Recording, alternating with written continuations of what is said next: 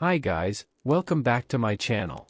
Today, we begin an exciting journey into the world of the Sassanian Empire, one of the most powerful and influential civilizations of late antiquity, which for over 4 centuries stood as the dominant force in Persia, rivaling Rome and shaping the political, cultural, and religious landscape of the Middle East. The story of the Sassanian Empire begins with the rise of Ardashir I in the early 3rd century AD, a regional ruler from Persis who defeated the Parthian king Artabanus IV at the Battle of Hormozgan in 224 AD and declared himself Shahanshah, or King of Kings, reviving the grandeur and centralized authority of the ancient Achaemenid dynasty. Unlike the loosely organized Parthians, Ardashir established a strong centralized monarchy, supported by a disciplined army, an organized bureaucracy, and the powerful Zoroastrian priesthood, which together reinforced his political and religious legitimacy. His capital at Ctesiphon, near the Tigris River, became a thriving center of administration, commerce, and culture, strategically placed to control Mesopotamia and vital trade routes linking Persia with India, Central Asia, and the Mediterranean. Ardashir's reign emphasized the revival of Persian identity, with monumental architecture, fire temples, and artistic depictions of royal victories and divine investiture, establishing a visual and ideological narrative of power that tied the king to cosmic order and divine favor. His military reforms created a formidable force, particularly the heavily armored cavalry and archers that would define Sassanian warfare for centuries, while his administrative reforms ensured tighter control over provinces, balancing noble power with royal authority and providing stability in a region long accustomed to political fragmentation. After Ardashir, his son Shapur I inherited not only a stable state but also a vision of expansion and confrontation with Rome, the other great superpower of the era. Shapur's campaigns extended Sassanian influence into Mesopotamia and Syria, culminating in the remarkable capture of the Roman Emperor Valerian in 260 AD, a humiliation unprecedented in Roman history, and the resettlement of Roman prisoners in Persian territories, where they contributed to infrastructure, crafts, and urban development. Under Shapur, the empire flourished economically and culturally, with cities like Gunshapur becoming renowned centers of learning that integrated Persian, Greek, and Indian traditions. Zoroastrianism continued to consolidate as the state religion, strengthening the ideological coherence of the empire, although religious minorities such as Christians, Jews, and Manichaeans persisted, sometimes tolerated and sometimes persecuted depending on political circumstances. The Sassanian Empire's external relations were defined by constant engagement with Rome, alternating between war and diplomacy, while internally, successive rulers balanced the demands of the nobility, clergy, and military to maintain cohesion. Over time, the empire faced challenges from nomadic tribes in the northeast, particularly the Hephthalites, whose incursions tested the eastern frontier, and periods of internal instability, as seen during the succession crises following Shapur I and later rulers. Nevertheless, capable monarchs such as Shapur II in the 4th century strengthened the army, reorganized the provinces, and successfully defended the empire against both Roman and steppe threats, demonstrating remarkable resilience. The 5th century brought further developments, with rulers like Yazdijerd II and Peroz I contending with religious tensions, rebellions in Armenia, and continued pressure from nomadic groups, yet the administrative framework, taxation system, and cultural traditions endured. The 6th century marked a peak of prosperity under Khosrow I, known as Anushirvan the Just, whose sweeping administrative, military, and fiscal reforms strengthened the empire, enhanced central control, and fostered a golden age of learning, architecture, and arts, including the growth of Gunshapur as a cosmopolitan intellectual center. Khosrow's successors, particularly Khosrow II, expanded the empire to unprecedented territorial heights, temporarily dominating Byzantine Syria, Egypt, and Anatolia, but overextension, internal dissent, and prolonged war ultimately weakened the state. By the early 7th century, the combination of dynastic instability, noble factionalism, plague, and economic strain created a vulnerability that coincided with the rise of Islam in the Arabian Peninsula.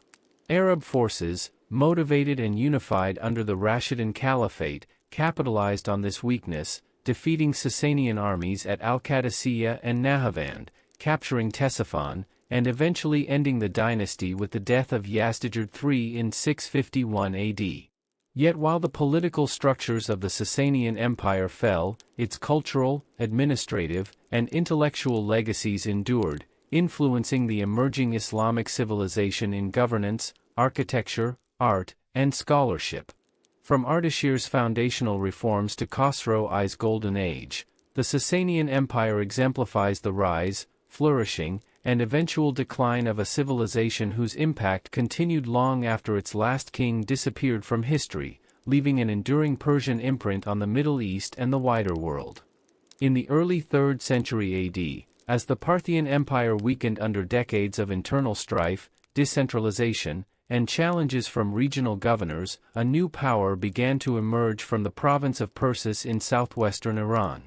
This power was centered on Ardashir I, a local ruler who claimed descent from an ancient line of Persian nobility and priesthood, blending royal ambition with religious legitimacy. Unlike the Parthians, whose authority was often fragmented among semi-independent nobles, Ardashir sought to build a centralized, cohesive state that could revive the glory of the ancient Achaemenid Empire. Through careful consolidation of power and strategic military campaigns, he steadily expanded his influence over neighboring territories, defeating rival princes and weakening the Parthian hold on Mesopotamia and Iran. His decisive victory came in 224 AD at the Battle of Hormozgan, where he vanquished Artabanus IV, the last Parthian king, and assumed the title of Shahanshah, King of Kings, signaling the birth of the Sassanian dynasty. Ardashir's vision was not merely to replace one ruling house with another. He aimed to redefine Persian identity, restoring central authority, reinforcing Zoroastrianism as the state religion, and establishing a framework that combined political power with religious legitimacy. Fire temples flourished under his reign, the Avesta was preserved and codified, and the king was depicted as a divinely appointed guardian of order, a cosmic role that aligned monarchy with spiritual authority.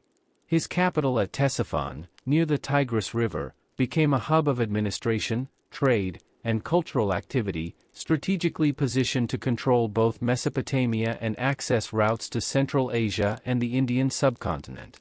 Militarily, Ardashir built a professional army with heavily armored cavalry, skilled archers, and disciplined infantry, creating a force capable of both defending the empire and projecting power into Roman territories.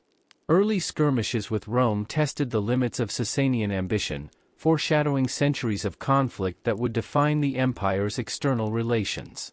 Beyond military and religious reforms, Ardashir reorganized provincial administration, subordinating local governors to central authority and balancing noble power with royal oversight. He sought to revive the symbols of past Persian greatness, commissioning rock reliefs depicting royal victories, divine investiture, and ceremonial coronations. These artistic expressions reinforced the ideological narrative of a resurrected empire rooted in history yet adapted for contemporary governance. Economically, the Sassanian state capitalized on fertile lands in Mesopotamia and strategic trade routes that connected Persia with India, Central Asia, and the Mediterranean world, enabling the empire to amass wealth and sustain urban centers. Cities like Ctesiphon thrived as commercial hubs, supporting artisans, merchants, and scholars, while the agricultural base ensured food security and military provisioning. By the time of Ardashir's death around 241 AD, the Sassanian Empire had transitioned from a regional rebellion into a unified and centralized state with strong ideological foundations, administrative efficiency, and military capability. The reign of Ardashir I laid the groundwork for future expansion under his successors, establishing a pattern of kingship that combined divine sanction, bureaucratic organization, and military prowess. Part 1 of the Sassanian story reveals the deliberate creation of an empire that sought not only to survive but to dominate, merging the legacy of Persia's past with the strategic, religious, and cultural innovations that would sustain it for centuries. This beginning set the stage for Shapur I and other rulers to expand Sassanian influence, challenge Rome, and cultivate an enduring Persian identity that resonated far beyond the borders of the empire. Following the death of Ardashir I in 241 AD, the Sassanian Empire passed into the hands of his ambitious son, Shapur I, a ruler whose military skill and political vision would elevate Persia to unprecedented prominence. From the outset, Shapur demonstrated that he intended not only to consolidate his father's achievements but to expand Sassanian influence aggressively, particularly at the expense of the Roman Empire, which was already weakened by internal instability and civil strife. His campaigns into Mesopotamia and Roman-controlled territories in Syria and Armenia tested the might of Rome and showcased the strategic acumen of Sassanian leadership. In 260 AD, Shapur achieved one of the most remarkable military feats of antiquity by capturing the Roman Emperor Valerian at the Battle of Edessa, an event that sent shockwaves throughout the Mediterranean world. For the first time in history, a reigning Roman emperor had been taken prisoner, a humiliation that emphasized the rising power of the Sassanian state.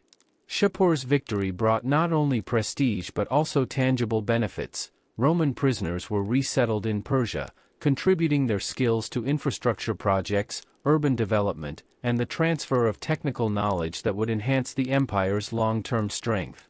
Economically, the empire prospered under Shapur's rule, benefiting from control over fertile Mesopotamian lands, major trade routes connecting east and west, and the steady flow of tribute and taxes from conquered territories. Ctesiphon and other cities thrived as administrative, commercial, and cultural hubs, while agricultural production remained the foundation of wealth and sustenance for both urban and military needs. Administratively, Shapur strengthened the central bureaucracy, ensuring that governors were accountable to the throne and that noble families, while influential, remained subordinate to royal authority. He maintained and reinforced the alliance with the Zoroastrian priesthood, positioning the king as a divinely sanctioned protector of cosmic order and law, while also navigating the complexities of governing a multi-religious empire that included Christians, Jews, and Manichaeans.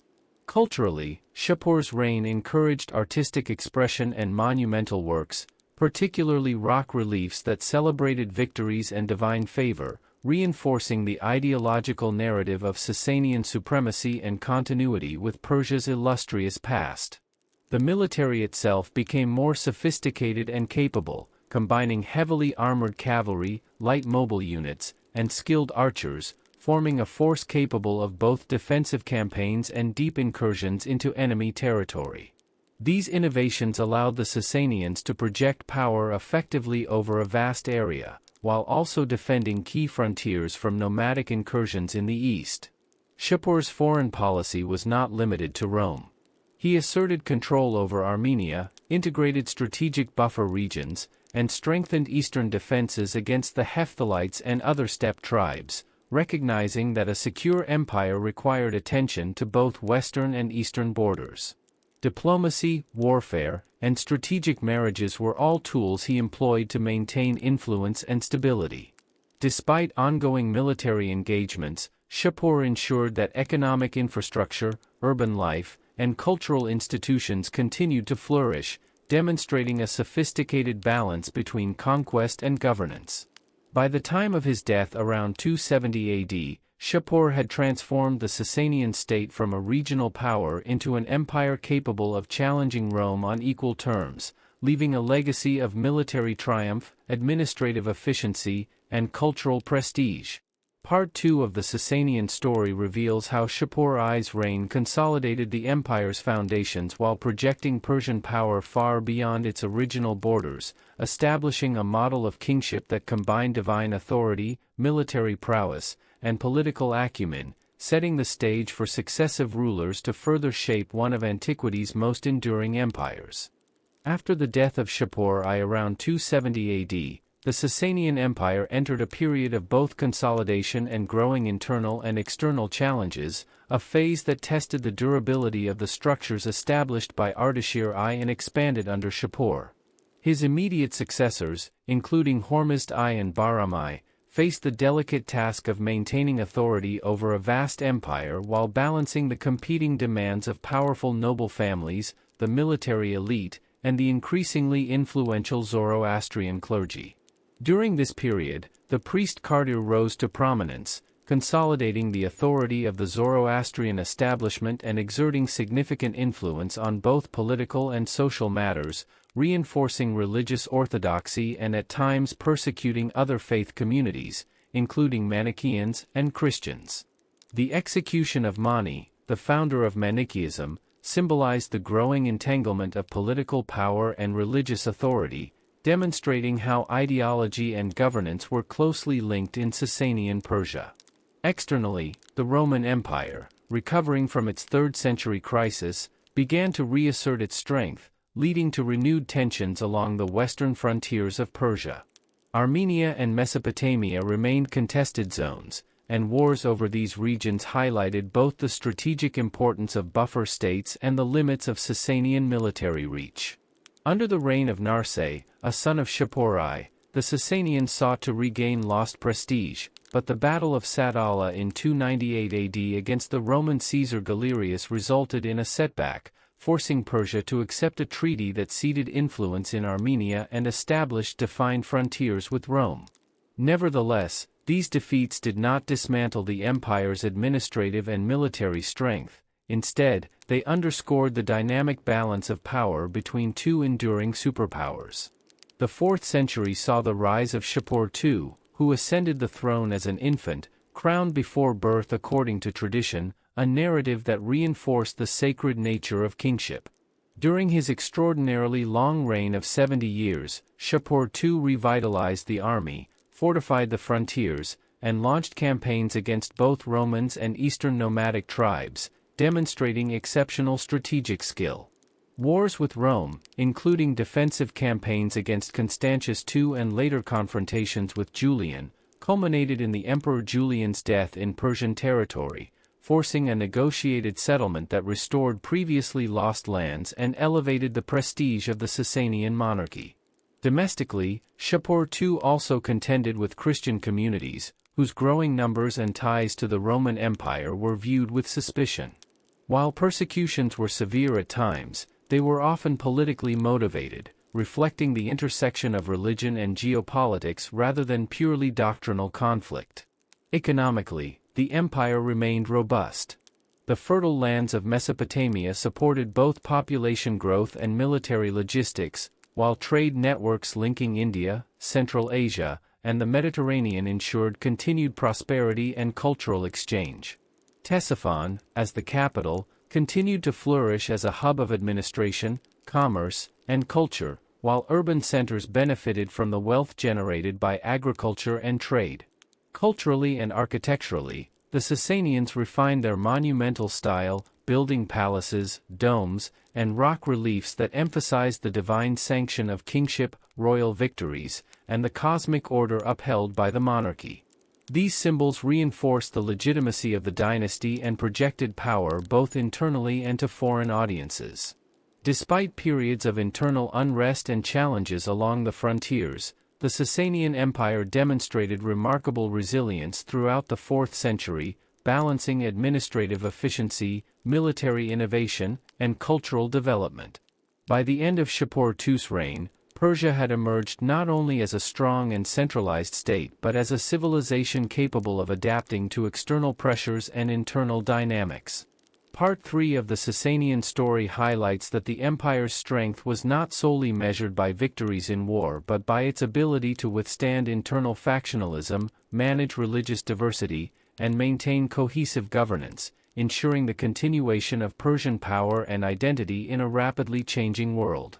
As the 4th century gave way to the 5th, the Sassanian Empire stood as a seasoned and resilient power, hardened by decades of war and internal adjustment, yet facing new and unpredictable challenges along its extensive frontiers. Following the long and forceful reign of Shapur II, his successors inherited an empire that was territorially secure but politically delicate, requiring constant negotiation between the monarchy, the powerful nobility, and the influential Zoroastrian clergy. The external threat from Rome evolved into a tense coexistence, with periods of diplomacy and carefully negotiated peace, especially regarding Armenia, which was eventually divided between the two superpowers. These arrangements allowed the Sassanians to redirect attention toward their eastern frontiers, where nomadic groups such as the Hephthalites, or White Huns, increasingly threatened the northeastern provinces. Confronting these mobile and aggressive tribes tested the empire's military and administrative resilience, demanding swift response and coordination across vast distances. Internally, the 5th century highlighted the delicate balance of Sassanian governance. While the monarchy remained the symbolic and administrative center of authority, the Wuzurgan, or noble families, commanded vast estates and retained private military forces, giving them substantial leverage in court politics. Monarchs who failed to maintain their support often faced rebellion or short reigns. Religious policy continued to shape domestic life, with Zoroastrianism retaining its privileged position and the priesthood gaining further influence over legal and social matters. At the same time, Christian communities, particularly in Mesopotamia and Armenia, grew more organized, and the empire sometimes tolerated them strategically to reduce suspicions of loyalty to the Roman Empire. This pragmatism reflected the empire's capacity to navigate complex social and political realities. Economically, the Sassanian state remained prosperous. Fertile lands along the Tigris and Euphrates rivers supported extensive agriculture, while trade routes linking Persia to India, Central Asia, and the Mediterranean enabled the flow of silk, spices, precious stones, and textiles. Cities like Ctesiphon thrived as commercial and administrative centers, supporting artisans, merchants, and scholars. The empire's wealth underpinned its ability to fund military campaigns, maintain infrastructure, and sponsor cultural and architectural projects. Architecturally, the period saw the continuation of monumental palaces, domed halls, and ceremonial structures, reflecting both engineering mastery and the grandeur of imperial authority. Court ceremonies became increasingly formalized, projecting order, hierarchy, and divine favor, which reinforced loyalty among subjects and impressed foreign envoys. Despite these strengths, the 5th century was not free from conflict. The reign of Yazdijerd II was marked by renewed tension with the Byzantine Empire and rebellions in Armenia, particularly when attempts were made to impose religious uniformity. The Battle of Avarar in 451 AD, though a military victory for the Sassanians, demonstrated the limits of coercive power, as Armenian resistance persisted and eventually secured a degree of religious autonomy. Later in the century, Persian I faced the formidable challenge of the Hephthalite invasions in the east. Repeated campaigns against these nomads culminated in his death in 484 AD, exposing the vulnerability of the empire's eastern defenses and plunging Persia into political turmoil. Tribute payments to the Hephthalites strained the treasury, and succession disputes weakened centralized control. Nevertheless, the Sassanian administrative framework, supported by provincial governance, taxation systems, and military organization, enabled the empire to survive periods of extreme pressure. Part 4 of the Sassanian Empire series reveals a civilization navigating the complex realities of power, balancing diplomacy with Rome, defending against Eastern invasions, managing internal religious and social diversity, and sustaining economic and cultural vitality. Although external defeats and internal rivalries created moments of crisis, the empire demonstrated remarkable resilience, adapting to challenges and maintaining its identity as a central actor in late antiquity, a legacy that would endure well beyond these turbulent decades. The crisis that followed the death of Persian I in 484 AD left the Sassanian Empire weakened, politically unstable, and burdened by tribute to the Hephthalites, yet from this turmoil emerged one of the most transformative periods in Persian history. The late 5th and early 6th centuries were marked by internal unrest, social tension, and ideological upheaval that revealed deep structural imbalances within Sassanian society. Under King Kavad I, the empire witnessed the rise of the Mazdakite movement, a religious and social reform initiative that challenged the entrenched power of the nobility and advocated for economic redistribution and social justice. Mazdak's teachings, which called for limiting aristocratic privilege and reducing inequality, gained temporary royal support as Kavod sought to weaken powerful noble families who dominated court politics. However, this radical experiment provoked fierce resistance from the aristocracy and the Zoroastrian clergy, eventually leading to Kavod's temporary deposition. Although he later regained the throne with external assistance, the episode demonstrated how fragile the balance of power had become within the empire. When Khosrow I, later known as Anushirvan the Just, ascended the throne in 531 AD, he inherited a state that required decisive reform rather than ideological revolution. One of his first acts was to eliminate Mazdak and suppress the movement, restoring alignment between the monarchy, nobility, and priesthood. Yet Khosrow understood that stability demanded structural change, and he implemented sweeping administrative and fiscal reforms that strengthened central authority while improving governance. Land surveys were conducted to standardize taxation, ensuring fairness and predictability in revenue collection, while a more professional bureaucracy reduced corruption and enhanced efficiency. These measures stabilized rural communities, increased state income, and provided the financial foundation for military and infrastructural development. Militarily, Khosrow reorganized the army by dividing the empire into regional commands overseen by spabeds, creating a more flexible and responsive defensive system capable of addressing threats along multiple frontiers. This reform strengthened both the eastern and western borders, reducing dependence on a single centralized force and enhancing coordination. In foreign affairs, Khosrow engaged in calculated warfare and diplomacy with the Byzantine Empire, alternating between conflict and negotiated truces to preserve strategic advantage. His reign saw campaigns in the Caucasus and Mesopotamia, but also periods of peace that allowed economic recovery and cultural flourishing. In the east, he eventually neutralized the Hephthalite threat through strategic alliances and coordinated military action, restoring Persian authority in previously contested regions. Culturally, the reign of Khosrow I marked a golden age. The royal court became a center of intellectual and artistic achievement, attracting scholars, physicians, and philosophers from across the known world. The city of Gunshapur flourished as a renowned center of learning, where Persian, Greek, and Indian knowledge blended in medicine, astronomy, mathematics, and philosophy. This cosmopolitan environment reflected the empire's openness to intellectual exchange and its commitment to preserving and advancing knowledge. Architecturally, the period saw the construction and embellishment of grand palaces, vaulted halls, and ceremonial spaces that symbolized imperial grandeur and technical mastery. Court rituals became more elaborate, reinforcing the sacred aura of kingship and projecting authority to subjects and foreign envoys alike. Economically, the empire benefited from its position along major trade routes linking east and west, facilitating the exchange of silk, spices, precious metals, and textiles. Agricultural productivity, supported by irrigation systems in Mesopotamia, ensured food security and sustained urban growth. Under Khosrow I, the Sassanian Empire reached a peak of administrative efficiency, cultural sophistication, and military strength.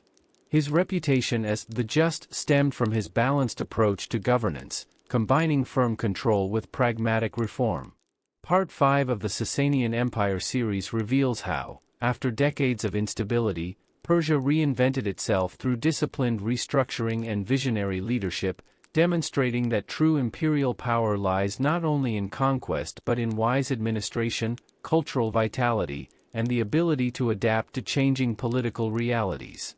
The golden stability achieved under Khosrow I did not guarantee lasting peace for the Sassanian Empire, for the centuries-old rivalry with the Byzantine Empire would soon erupt into one of the most devastating conflicts of late antiquity. After Khosrow I's death in 579 AD, his successors inherited a powerful but highly militarized state whose strength depended on continued authority and careful diplomacy. Hormizd IV struggled to maintain the balance between the aristocracy and the military elite, and internal dissatisfaction weakened the monarchy's grip. This instability opened the door to rebellion, and in 590 AD the brilliant general Bahram Chobin rose in revolt after being dismissed from command. Bahram's rebellion exposed how powerful regional commanders had become under earlier military reforms.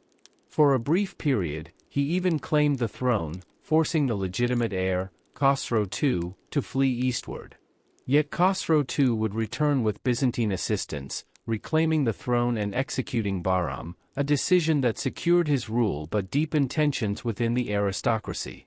Ironically, the very alliance that restored him would later fuel the greatest war between Persia and Byzantium. In 602 AD, when the Byzantine Emperor Maurice was overthrown and killed by Phocas, Khosrow II used the event as a justification to invade, claiming he sought to avenge his former benefactor. What began as a limited campaign quickly expanded into a massive, decades-long conflict that engulfed the Near East. Persian forces achieved astonishing early successes. They swept through Mesopotamia, captured key fortresses, and advanced deep into Byzantine territory. By 614 AD, Persian armies had taken Jerusalem, carrying off what Christians believed to be the true cross, a symbolic victory that resonated across the Mediterranean world. Soon after, Egypt fell, cutting off Constantinople's vital grain supply. Persian banners flew over vast territories stretching from the Euphrates to the Nile, marking the greatest territorial expansion of the Sassanian Empire since its founding. For a moment, it appeared that the ancient balance of power had finally tipped decisively in Persia's favor. Yet conquest came at a heavy cost. Maintaining distant garrisons required immense resources, and prolonged warfare strained the empire's treasury and manpower. Meanwhile, the Byzantine Empire, though battered, was not defeated. Under the determined leadership of Emperor Heraclius, the Byzantines reorganized their armies and launched a daring counteroffensive beginning in 622 AD. Rather than defending passively, Heraclius carried the war directly into Persian-held territories in Armenia and northern Mesopotamia. His mobile campaigns disrupted Persian supply lines and exposed weaknesses in coordination among regional commanders. Over several years, Byzantine forces won crucial victories, gradually reversing Persian gains. The turning point came in 627 AD at the Battle of Nineveh, where Heraclius defeated the main Persian field army. The loss shattered morale and exposed the vulnerability of the Sassanian heartland. As Byzantine troops advanced toward Ctesiphon, political chaos erupted within Persia. Confidence in Khosrow II collapsed, and in 628 AD he was overthrown and executed by his own son, Kavad II. The dramatic fall of a king who had once presided over unprecedented expansion revealed how overextension and internal division could undo imperial triumph. Kavad II quickly sought peace with Byzantium, returning captured territories and relics, including the True Cross. Though the war formally ended, its consequences were catastrophic. Decades of relentless fighting had exhausted both empires, drained treasuries, devastated agricultural lands, and weakened defensive infrastructures. In Persia, the aftermath proved particularly destructive. Within a few short years, rapid succession crises, court intrigues, and plague outbreaks destabilized the monarchy. Between 628 and 632 AD, multiple rulers ascended and fell in quick succession, reflecting the collapse of centralized authority. The nobility and regional powers asserted autonomy, fragmenting what had once been a cohesive imperial structure. The army, depleted and divided, struggled to maintain discipline. The once formidable Sassanian state, which had reached its zenith under Khosrow I and Khosrow II, now stood internally fractured and economically strained. Part 6 of the Sassanian Empire series highlights the tragic paradox of imperial ambition. The very war that brought Persia to the height of its territorial glory also sowed the seeds of its decline. Victory had proven unsustainable, and the relentless struggle with Byzantium left the empire vulnerable at the very moment a new force was rising in Arabia, poised to reshape the political and religious landscape of the Near East forever. By the early 7th century, after decades of exhausting war with Byzantium, the Sassanian Empire stood outwardly vast but internally fractured. The overthrow and execution of Khosrow II in 628 AD unleashed a period of chaos that shattered what remained of centralized authority. In just a few years, multiple rulers rose and fell amid court conspiracies, assassinations, and outbreaks of plague. The nobility maneuvered for dominance, regional commanders guarded their own interests, and the treasury, already drained by prolonged warfare, struggled to sustain the army and administration. It was in this moment of vulnerability that a new force emerged from the Arabian Peninsula. Following the death of the Prophet Muhammad, the rapidly expanding Islamic Caliphate unified the Arab tribes under a shared religious and political mission. What initially appeared to be limited frontier raids soon evolved into full-scale confrontation between the Arabs and the Sassanian state. Beginning in 633 AD, Arab forces pushed into Mesopotamia, testing Persian defenses that had once been formidable but were now weakened by internal division and fatigue. The young and inexperienced Yazdijerd III, the last effective Sassanian ruler, found himself attempting to defend a crumbling empire without the stable support of a unified aristocracy. The decisive turning point came in 636 AD at the Battle of Al-Qadisiyah, where the Persian army suffered a devastating defeat. The death of the experienced General Rostam Farrokhzad dealt a severe blow to morale and leadership. Soon afterward, the imperial capital of Ctesiphon fell to the advancing Arab forces. Though resistance continued in various regions, the empire could no longer coordinate an effective defense. In 642 AD, the Battle of Nahavand, sometimes called the Victory of Victories, sealed the fate of the Sassanian state. Persian forces were decisively defeated, and organized resistance largely collapsed. Yazdijerd III fled eastward, seeking refuge and rallying support in distant provinces, but the cohesion that once defined the empire had vanished. In 651 AD, he was killed, marking not only the death of a king but the end of more than 4 centuries of Sassanian rule. Yet the fall of the Sassanian Empire did not mean the disappearance of Persian civilization. Instead, it marked a profound transformation. Under Islamic rule, Persia gradually adapted to new religious and political realities, but Sassanian traditions did not simply vanish. Many administrative practices, taxation systems, court rituals, and symbols of kingship were absorbed into the expanding caliphate. Persian bureaucratic expertise became invaluable, particularly under the Abbasids, whose governance reflected significant Sassanian influence.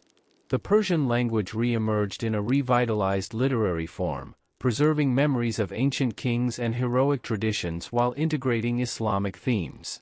Cultural continuity proved remarkably resilient. Sassanian artistic motifs, royal iconography, intricate metalwork, architectural forms, continued to inspire Islamic art and design. Even the concept of sacral kingship, embodied in the Sassanian title Shahanshah, left a lasting imprint on later political thought in the region. Zoroastrianism, though deprived of state patronage, survived as a community faith, maintaining its rituals and scriptures and preserving a link to Persia's pre-Islamic spiritual heritage. In the broader sweep of history, the Sassanian Empire served as a crucial bridge between the ancient and medieval worlds. It had rivaled Rome and Byzantium as a superpower of late antiquity, safeguarded the Silk Road trade networks, and facilitated intellectual exchange between East and West. Its military organization, administrative discipline, and cultural patronage shaped the political models of successor states. The fall of the empire was therefore not a simple ending but a redistribution of power and identity.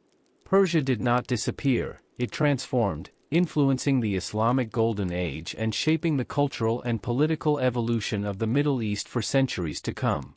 Part 7 of the Sassanian Empire series reveals that even in defeat, civilizations endure through adaptation, memory, and cultural resilience. The empire may have collapsed, but its legacy flowed forward, woven into the fabric of a new era that would redefine the region and the world. Though the political structure of the Sassanian Empire collapsed in the 7th century, its institutional memory, cultural confidence, and intellectual frameworks continued to shape the Middle East and beyond for centuries. The death of Yazdijerd III in 651 AD symbolized the formal end of dynastic rule, yet the administrative and cultural foundations built over 400 years proved too deeply rooted to vanish. One of the most significant legacies of the Sassanian state was its highly organized bureaucracy, which became a model for subsequent Islamic governance. When the early caliphate expanded into former Persian territories, it encountered a sophisticated system of taxation, provincial administration, and record-keeping. Rather than dismantling it entirely, the new rulers adapted and incorporated these mechanisms. Under the Abbasid Caliphate in particular, Persian administrators and scholars played central roles in shaping imperial governance, transforming Baghdad into a cosmopolitan capital that echoed the grandeur and procedural discipline of Ctesiphon. Court ceremonies, hierarchical etiquette, and even political philosophy reflected clear Sassanian precedents, especially the concept of divinely sanctioned kingship and centralized authority. Economically, the empire's earlier control of major trade arteries had lasting consequences. The Sassanian realm had once guarded crucial segments of the Silk Road, facilitating exchanges between China, India, Central Asia, and the Mediterranean world. This tradition of commercial connectivity did not disappear with the Arab conquests. Instead, it flourished under Islamic rule, drawing upon established Persian trade networks, urban markets, and caravan infrastructure. Cities that had prospered under Sassanian oversight continued to function as hubs of commerce and craftsmanship. Agricultural innovations, especially irrigation systems in Mesopotamia and the Iranian plateau, sustained productivity and supported demographic continuity. Cultural and artistic influence proved equally enduring. Sassanian metalwork, characterized by intricate silver plates depicting royal hunts and ceremonial scenes, inspired Islamic decorative arts. Architectural elements such as grand vaulted halls and monumental iwans became defining features of later Persian and Islamic structures. Textile patterns, royal insignia, and symbolic motifs migrated across dynasties, embedding Sassanian aesthetics within the visual vocabulary of the medieval Islamic world. Even in literature, echoes of pre-Islamic Persia remained powerful. Epic traditions celebrating legendary kings and heroes were preserved and later immortalized in works like the Shahnameh, which drew heavily on Sassanian historical memory and court chronicles. Religion, too, carried forward elements of continuity amid transformation. Although Islam gradually became dominant in Persia, Zoroastrianism did not vanish overnight. Zoroastrian communities persisted, safeguarding sacred texts and rituals that traced their codification to the Sassanian era. Concepts of cosmic dualism, moral struggle, and eschatological judgment influenced not only Persian spirituality but also broader theological conversations within the region. The intellectual openness cultivated during the Sassanian Golden Age, particularly in centers such as Gunshapur, laid groundwork for the translation movements of the Islamic Golden Age, where Greek, Indian, and Persian knowledge converged. In military organization and frontier management, later Islamic states inherited strategic perspectives forged during centuries of rivalry with Rome and Byzantium. The experience of defending vast borders against nomadic incursions and imperial adversaries shaped regional approaches to fortification and cavalry tactics. Politically, the memory of a unified Persian realm endured as an ideal, resurfacing in later Iranian dynasties that consciously invoked Sassanian symbolism to legitimize their authority. The fall of the empire, therefore, did not represent civilizational erasure but rather adaptation under new ideological leadership. Part 8 of the Sassanian Empire series underscores a crucial historical lesson: empires may dissolve, but their cultural DNA often survives within successor states. The Sassanian world bridged antiquity and the medieval era, transmitting administrative sophistication, artistic innovation, and intellectual curiosity across a transformative epoch. Its legacy can be traced in governance models, urban life, literary imagination, and regional identity. In many ways, the Persia that emerged under Islamic rule was not a replacement but a continuation in altered form, a testament to the resilience of cultural structures even when political power shifts dramatically. The empires was not an ending carved in stone but a turning point in a longer story of continuity and reinvention, ensuring that the spirit of Sassanian Persia would echo far beyond the lifespan of its kings. Long after the fall of the Sassanian Empire, the memory of its grandeur continued to shape Persian identity in profound and lasting ways. Although the political structure collapsed in the 7th century, the idea of Iran as a distinct cultural and historical realm did not disappear. The Arab conquest transformed the political and religious landscape, but it did not erase the deep-rooted traditions, administrative sophistication, and intellectual heritage that had developed over 4 centuries of Sassanian rule. Instead, those traditions adapted to new realities and quietly influenced the emerging Islamic world from within. In the early decades after the conquest, Persia was integrated into the expanding Islamic Caliphate. Arabic became the language of administration, and Islamic governance replaced the Zoroastrian state structure. Yet the conquerors soon realized that ruling such a vast and complex land required experience and organization. Persian administrators, scribes, and scholars were gradually incorporated into the new system. The sophisticated tax structures, provincial governance models, and bureaucratic procedures developed under the Sassanians proved too efficient to discard. Over time, these systems were absorbed into Islamic administration, shaping the governance of territories stretching from North Africa to Central Asia. The Abbasid Revolution in the mid-8th century marked a significant turning point. Supported in part by Persian converts and political factions dissatisfied with earlier rule, the new dynasty moved the center of power eastward. The Abbasid court adopted elaborate ceremonial customs reminiscent of earlier Persian imperial traditions. Court hierarchy, royal protocol, and concepts of centralized authority echoed Sassanian political culture. Persian families rose to prominence within the bureaucracy, serving as viziers, advisors, and scholars. This blending of Arab religious leadership with Persian administrative expertise created a powerful and enduring synthesis. Culturally, the Persian language re-emerged in a new literary form. Although written in Arabic script and infused with Islamic vocabulary, New Persian preserved ancient themes and historical memory. The revival of Persian literature became one of the most significant cultural developments of the medieval period. Poets and scholars began to retell the stories of pre-Islamic kings, heroes, and legends, ensuring that the memory of Sassanian grandeur would not fade. This cultural renaissance reached its peak with the composition of epic works that drew upon court chronicles and oral traditions dating back to the Sassanian era. Through poetry and storytelling, the image of ancient Persia was preserved, not as a lost world but as a foundational chapter of a continuing civilization. Architecturally and artistically, Sassanian influence endured in subtle yet recognizable forms. Monumental arches, domed halls, and grand iwans became characteristic elements of Persian Islamic architecture. Decorative motifs from Sassanian silverwork and textiles inspired later Islamic art, blending seamlessly into new aesthetic traditions. Even political thought retained traces of earlier ideas. The concept of a just ruler, divinely favored yet morally accountable, continued to shape expectations of kingship in Iran and neighboring regions. Later dynasties ruling in Persian lands often invoked ancient symbols and titles to legitimize their authority, consciously connecting themselves to a pre-Islamic imperial past. Religion, too, reflected continuity amid change. While Islam gradually became dominant, Zoroastrian communities survived, maintaining their rituals and scriptures.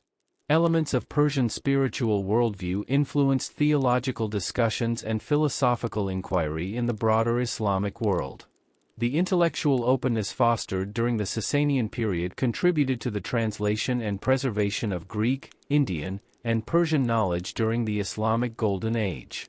In this way, the fall of the Sassanian state did not represent the destruction of Persian civilization but rather its transformation.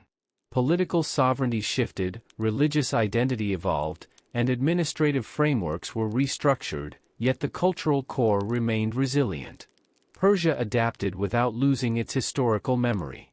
Over the centuries, Iranian identity continued to draw strength from the legacy of the Sassanian era, blending it with Islamic tradition to create a unique and enduring civilization. Part 9 of the Sassanian Empire series reveals that true legacy is not measured solely by military survival or political continuity. Empires may fall, capitals may be abandoned, and dynasties may end, but ideas, culture, and identity can outlive them all. The Sassanian Empire's story ultimately becomes one of rebirth through adaptation, proving that even in defeat, a civilization can reshape the future and preserve its soul across generations. As we reach the final chapter of the Sassanian Empire series, it becomes clear that the story of this empire is far more than a narrative of kings and battles. It is a story about power, resilience, ambition, reform, crisis, and transformation across more than 4 centuries. Founded in 224 AD with a vision of restoring Persian greatness, the Sassanian state rose from regional beginnings to become one of the 2 superpowers of late antiquity. For generations, it stood as the only true rival to Rome and later Byzantium, shaping the political balance of the Near East. Yet like all empires, it faced the relentless pressures of war, internal division, economic strain, and historical change. The strength of the Sassanian system lay in its structure. It built a centralized monarchy supported by a disciplined bureaucracy, a powerful cavalry-based military, and a close alliance with religious authority. Zoroastrianism was not only a faith but a pillar of political identity, reinforcing the sacred aura of kingship. This integration of religion and state gave the empire ideological cohesion, but it also created rigidity. When challenges intensified, whether from nomadic invasions, aristocratic rivalries, or prolonged wars with Byzantium, the system struggled to adapt quickly enough. Still, the empire repeatedly demonstrated its capacity for reform. Leaders implemented tax restructuring, administrative reorganization, and military innovation to stabilize the realm. These reforms enabled periods of remarkable prosperity and cultural brilliance. Trade flourished along east-west routes, agriculture thrived through irrigation engineering, and cities became centers of scholarship and artistic achievement. The Sassanian court fostered intellectual exchange, preserving and synthesizing knowledge from Greek, Indian, and regional traditions. In doing so, it helped build a bridge between the classical world and the medieval era. However, the final Great War against Byzantium in the early 7th century proved catastrophic. Initial victories brought territorial expansion to unprecedented levels, but the cost of maintaining those conquests drained the empire's resources. When Byzantine forces counterattacked, the resulting defeats exposed internal fractures. Political instability followed, with rapid changes in leadership and loss of centralized control. By the time Arab Muslim armies advanced from the south, the Sassanian state was already weakened. The decisive battles of the 630s and 640s did not destroy a stable superpower, they accelerated the of an empire already in crisis. Yet the meaning of this fall is complex. Politically, the dynasty ended. Religiously, the dominance of Zoroastrian state authority faded. Militarily, the imperial army dissolved. But culturally and intellectually, Persia did not vanish. Instead, it entered a new phase. Under Islamic rule, Persian administrators, scholars, and artists played crucial roles in shaping a new civilization. The language revived in literary form, epic traditions preserved ancient memory, and architectural forms evolved rather than disappeared. The concept of kingship, the value placed on justice, and the prestige of Persian high culture continued to influence later dynasties for centuries. In many ways, the Sassanian experience teaches a broader historical lesson. Empires are not only defined by conquest but by the systems they build and the identities they shape. Military defeat can end a regime, but it cannot instantly erase culture. The endurance of Persian identity after 651 AD demonstrates that civilizations are deeper than their political institutions. They survive through language, memory, art, and shared historical consciousness. The Sassanian Empire's 4-century journey, from ambitious revival to imperial peak, from exhausting warfare to dramatic collapse, reflects the universal cycle of rise and transformation that characterizes world history. Part 10 concludes the Sassanian Empire series not with a simple ending, but with reflection. The empire fell, yet its influence endured. It's reshaped the Middle East, but its legacy helped shape the Islamic Golden Age and the continuing story of Iran. In the end, the Sassanian Empire stands as a reminder that history is not merely about who wins and who loses, but about what survives, what adapts, and what continues to inspire long after the crowns have fallen and the capitals have turned to dust. The Sassanian Empire, lasting from 224 to 651 AD, occupies a unique place in the history of the ancient world, bridging the classical era of Rome with the early medieval period of Islamic expansion. Unlike many other states of antiquity, the Sassanians combined military might, administrative sophistication, and cultural patronage to create a civilization that was both resilient and adaptable. Their rivalry with Rome and later Byzantium shaped geopolitical dynamics across the Near East, influencing border policies, diplomacy, and the flow of trade for centuries. The empire's strategic position allowed it to control major routes connecting the East and West, particularly the Silk Road, enabling not only commerce in goods such as silk, spices, and precious metals, but also the exchange of ideas, scientific knowledge, and artistic influences. The Sassanian state also pioneered innovations in governance that would resonate long after its fall. Its provincial administration, hierarchical bureaucracy, and methods of taxation were remarkably organized, providing a model for later Islamic states that inherited and adapted these structures. Military organization, particularly the development of heavily armored cavalry and regional command structures, influenced subsequent Persian and even European military thought. Culturally, the Sassanian era produced monumental art, architecture, and literature. Rock reliefs, palaces, and ceremonial halls reflected both political authority and religious symbolism.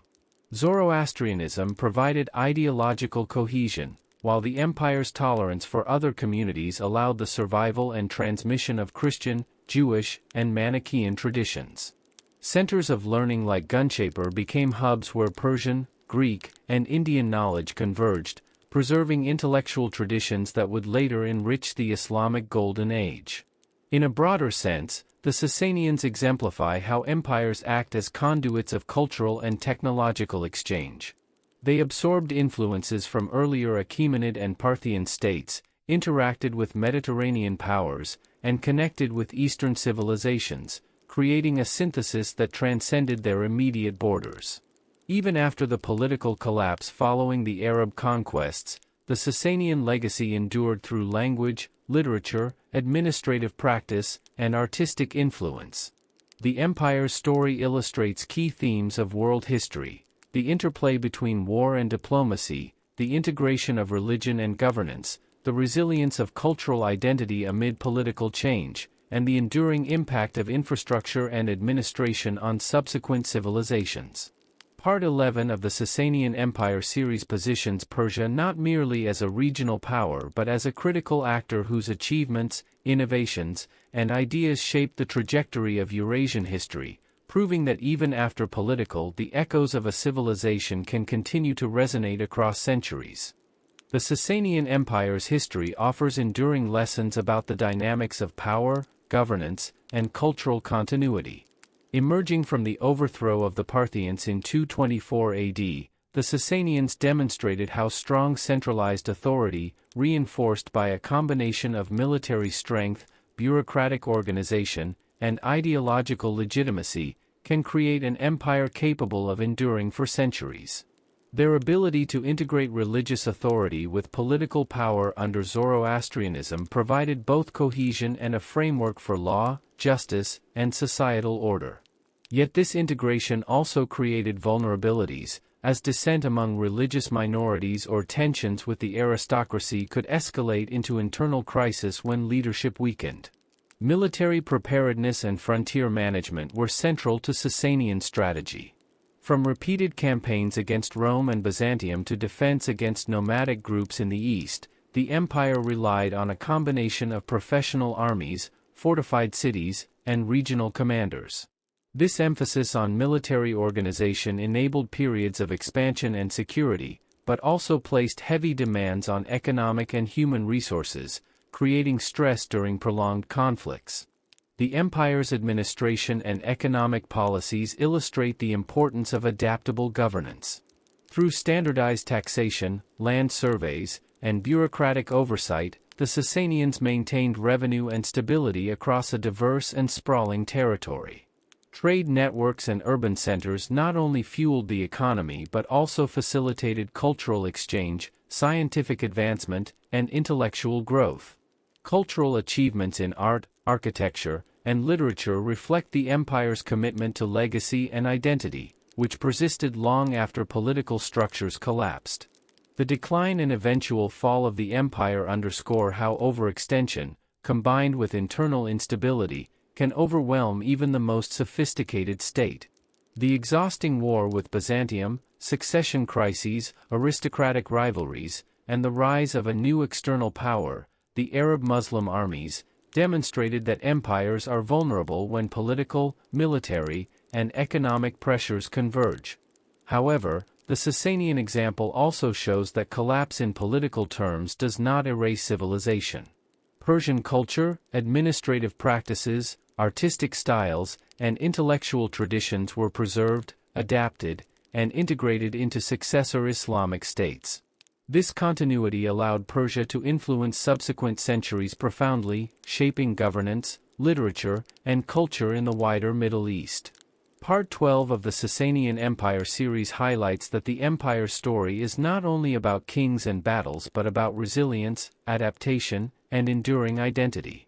The rise and fall of the Sassanians reveal the interplay between ambition and limitation, power and responsibility, destruction and cultural survival. Their history offers a template for understanding how empires can leave a lasting imprint on the world, not solely through conquest, but through ideas, institutions, and cultural legacy that persist long after the throne has vanished. Even centuries after its political collapse, the Sassanian Empire remained central to Persian cultural memory, shaping both national identity and historical imagination. The dynasty's achievements in governance, warfare, art, and religion created a model of Persian grandeur that successive generations would look back upon with admiration. Stories of heroic kings, royal courts, and monumental battles were preserved orally and later written down in chronicles, poems, and historical texts, reinforcing a sense of continuity despite foreign conquest. The Arab conquest in the 7th century did not erase these memories. Instead, Persian elites and scholars found ways to integrate their history into the evolving Islamic civilization. Courtly traditions, bureaucratic expertise, and ceremonial practices influenced the administration of the Abbasid Caliphate, while Persian scholars, poets, and scientists became prominent in the intellectual life of the medieval Islamic world. The memory of Sassanian kings and their deeds informed literary works such as the Shahnameh, ensuring that the moral ideals, heroic values, and cultural achievements of pre-Islamic Persia were transmitted to later generations. Artistic motifs, architectural techniques, and religious symbolism from the Sassanian period were absorbed into Islamic art and architecture, creating a visual continuity that linked the past to the present. In political thought, the Sassanian model of kingship and centralized authority continued to inspire later Iranian dynasties, who consciously invoked Sassanian symbolism to legitimize their rule. The empire's emphasis on justice, administrative competence, and cultural patronage became enduring benchmarks for leadership. Part 13 of the Sassanian Empire series demonstrates that even after the fall of political structures, the cultural and intellectual foundations of a civilization can survive and shape subsequent history. The Sassanian legacy was not static, it evolved, adapted, and persisted, ensuring that Persian identity remained robust and influential. The empire's story is thus not only about territorial control or military conquests but about the enduring power of culture, memory, and ideas to transcend political collapse and continue to inform identity and society for centuries. The legacy of the Sassanian Empire extended far beyond its political lifespan, profoundly influencing subsequent empires and the development of the Islamic world. When the Arab-Muslim conquests absorbed Persia into the growing caliphate, the conquerors encountered a sophisticated administrative and cultural framework that could not simply be discarded. Persian bureaucrats, scholars, and artisans became central figures in the Abbasid Caliphate, helping to shape governance, record-keeping, and taxation systems. The Abbasid court adopted ceremonial and political practices reminiscent of the Sassanian imperial model, preserving a sense of grandeur and hierarchical order that reflected the old Persian ideals of kingship. Culturally, the influence of Sassanian art, architecture, and literature continued to thrive. Architectural innovations such as vaulted halls, iwans, and domed structures were integrated into Islamic architecture, becoming defining elements of mosques, palaces, and civic buildings. Silverwork, textiles, and royal motifs inspired new artistic styles, while epic traditions and literary forms influenced the creation of historical and poetic works in Persian and other languages. The Sassanian emphasis on learning and intellectual exchange also left a lasting imprint. Centers of knowledge, like Shapur, had preserved Greek, Indian, and regional sciences, medicine, and philosophy. These traditions were transmitted into the Islamic Golden Age, fostering an environment of translation, scholarship, and scientific advancement that would shape the medieval world. Even politically, Sassanian concepts of governance, justice, and royal authority informed later Persian and regional dynasties. Titles, ceremonial symbolism, and ideals of centralized rule drew directly from Sassanian precedents, creating continuity in Persian political culture despite the change in religious and imperial structures. In this way, the Sassanian Empire's influence demonstrates that the end of a dynasty does not equate to the disappearance of its civilization. Through culture, administration, art, and intellectual achievement, the Sassanians ensured that their innovations and ideals persisted, adapted, and informed new political and social realities.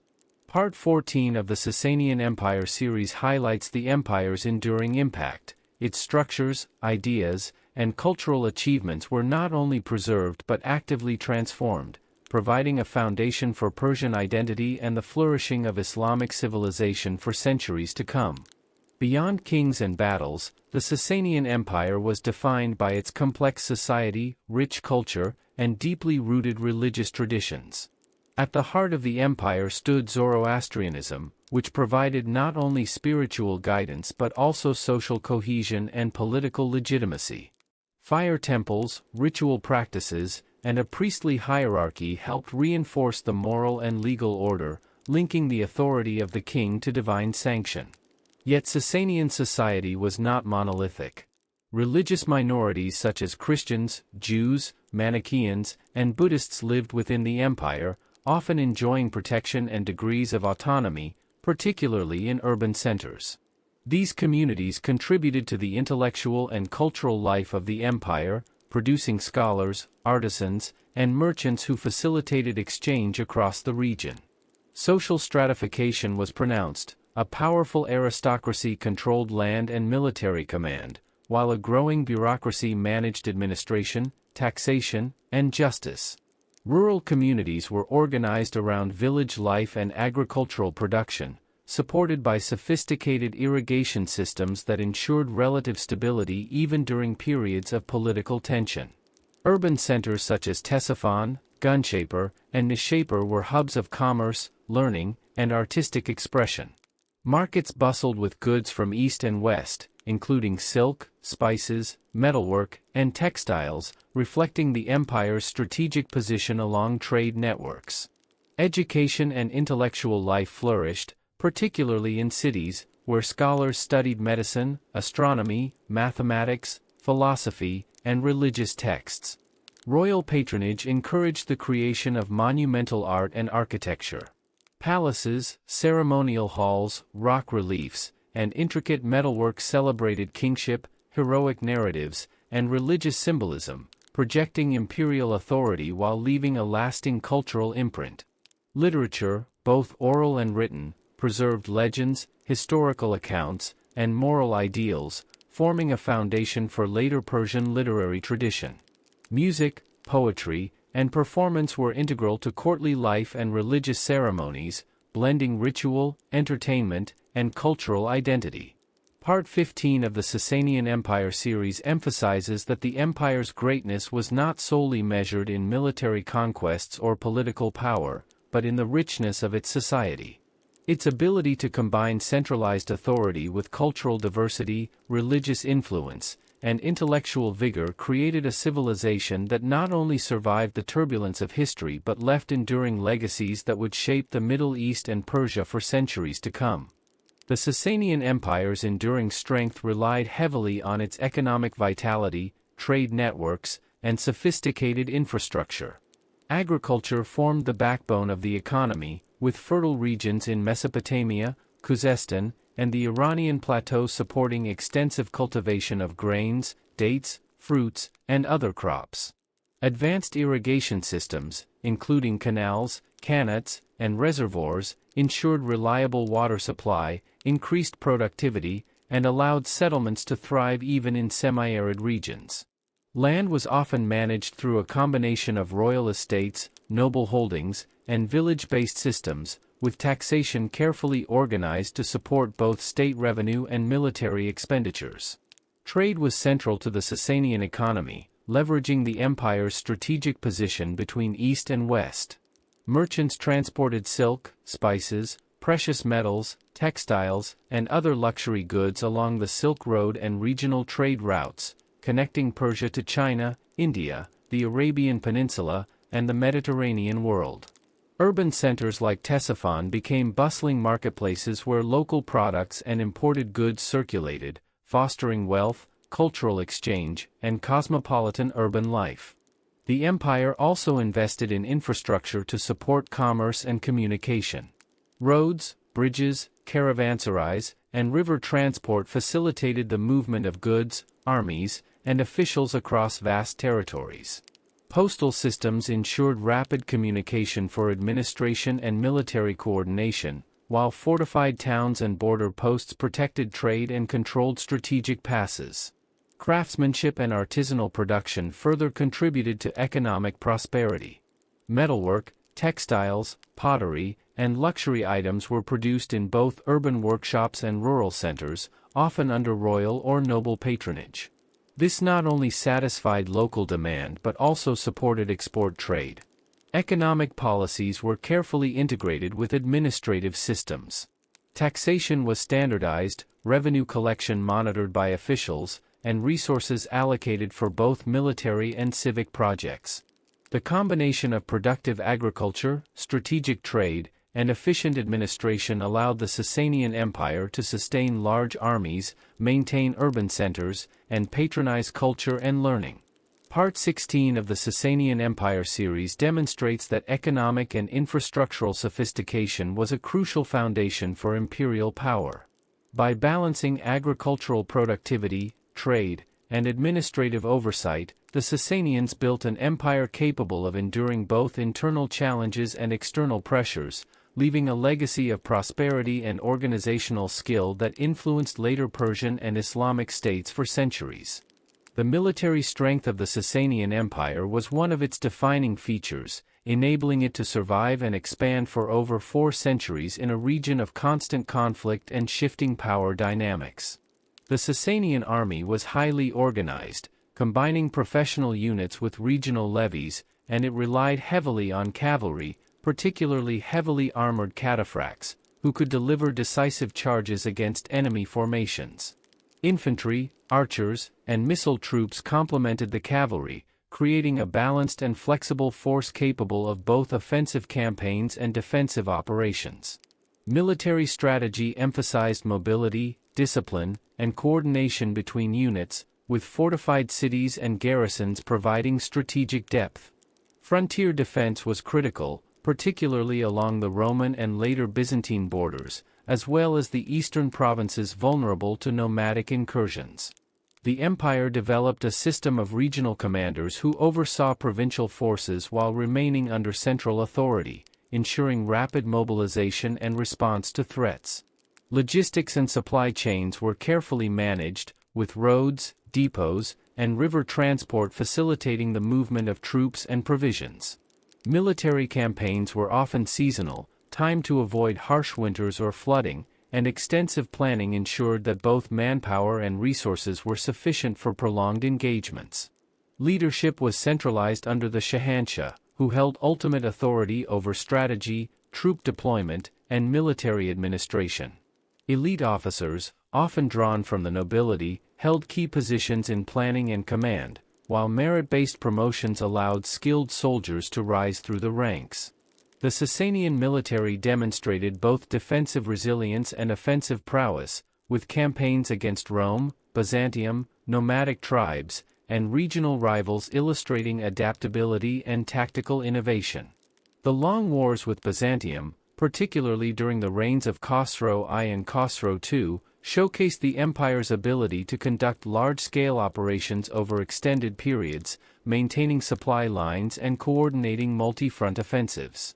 Part 17 of the Sassanian Empire series highlights that military organization was not only about battlefield tactics but also about integrating administration, infrastructure, and societal support into a cohesive system. The effectiveness of the Sassanian army relied on its connection to the empire's economy, bureaucracy, and culture, ensuring that Persia could project power, defend its borders, and sustain its influence for centuries. Even after the empire's political collapse, the Sassanian model of military structure and strategy continued to inform Persian and regional forces, leaving a lasting legacy in the history of warfare. The Sassanian Empire was renowned not only for its political and military strength but also for its remarkable contributions to art, architecture, and culture, which left an enduring legacy across the Middle East and beyond. Royal patronage encouraged the creation of monumental architecture that projected the authority and prestige of the Shahanshah while reflecting Zoroastrian cosmology and religious symbolism. Palaces such as those at Ctesiphon featured grand vaulted halls, imposing iwans, and intricate reliefs, demonstrating advanced engineering and aesthetic sophistication. Rock reliefs carved into cliffs and mountains depicted royal hunts, battles, and ceremonial scenes, visually narrating the power and achievements of the monarchy. Sassanian artisans excelled in metalwork, producing intricately designed silver plates, jewelry, and weaponry adorned with symbolic motifs and scenes from mythology and royal life. Textiles, ceramics, and glasswork displayed a high level of craftsmanship and were widely traded, influencing neighboring civilizations. Literature flourished under the empire, with historians, chroniclers, and poets preserving the deeds of kings, moral tales, and religious texts. Oral traditions were also important, passing heroic narratives and cultural values to later generations.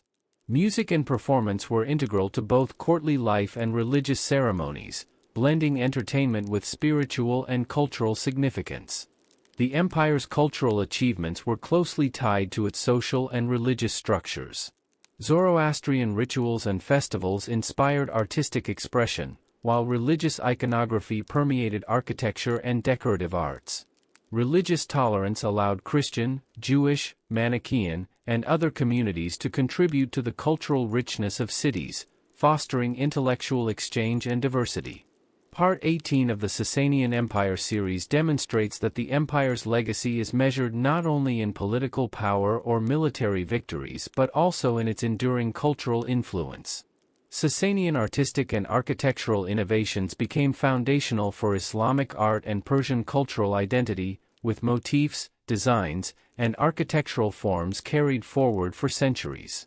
Through these achievements, the Sassanian Empire ensured that its civilization would continue to inspire and shape aesthetics, urban planning, and cultural values long after the fall of the dynasty, making its contribution to world history both profound and lasting. Religion was a central pillar of the Sassanian Empire, shaping political authority, social norms, and cultural life. Zoroastrianism, the state religion, provided the ideological foundation for kingship, law, and morality, linking the Shahanshah's authority to divine sanction. Fire temples, priestly hierarchies, and ritual practices reinforced social cohesion and a shared moral order, emphasizing principles of truth, justice, and cosmic dualism. The clergy wielded significant influence, advising the king, interpreting religious law, and maintaining sacred texts. Religious identity was closely tied to political power, yet the empire exhibited a degree of tolerance toward minority communities.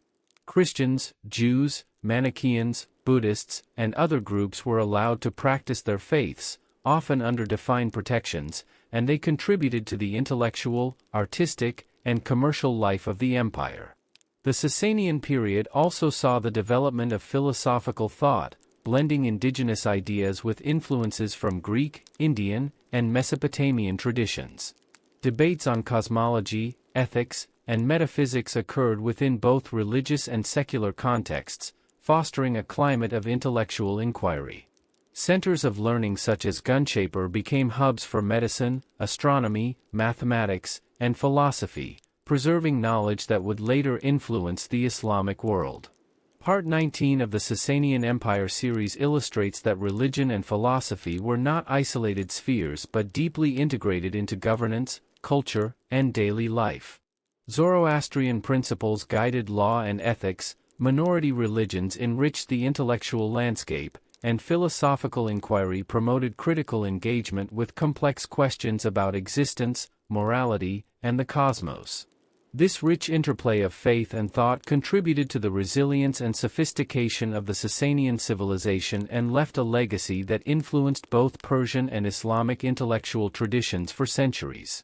The Sassanian Empire placed a strong emphasis on education and intellectual development, fostering a culture of learning that would leave a lasting impact on the region and beyond. Schools, academies, and centers of scholarship, such as the renowned Shapur, became hubs for the study of medicine, astronomy, mathematics, philosophy, and literature. Scholars preserved and synthesized knowledge from Greek, Indian, and Mesopotamian sources, translating texts into Middle Persian and creating a rich intellectual environment.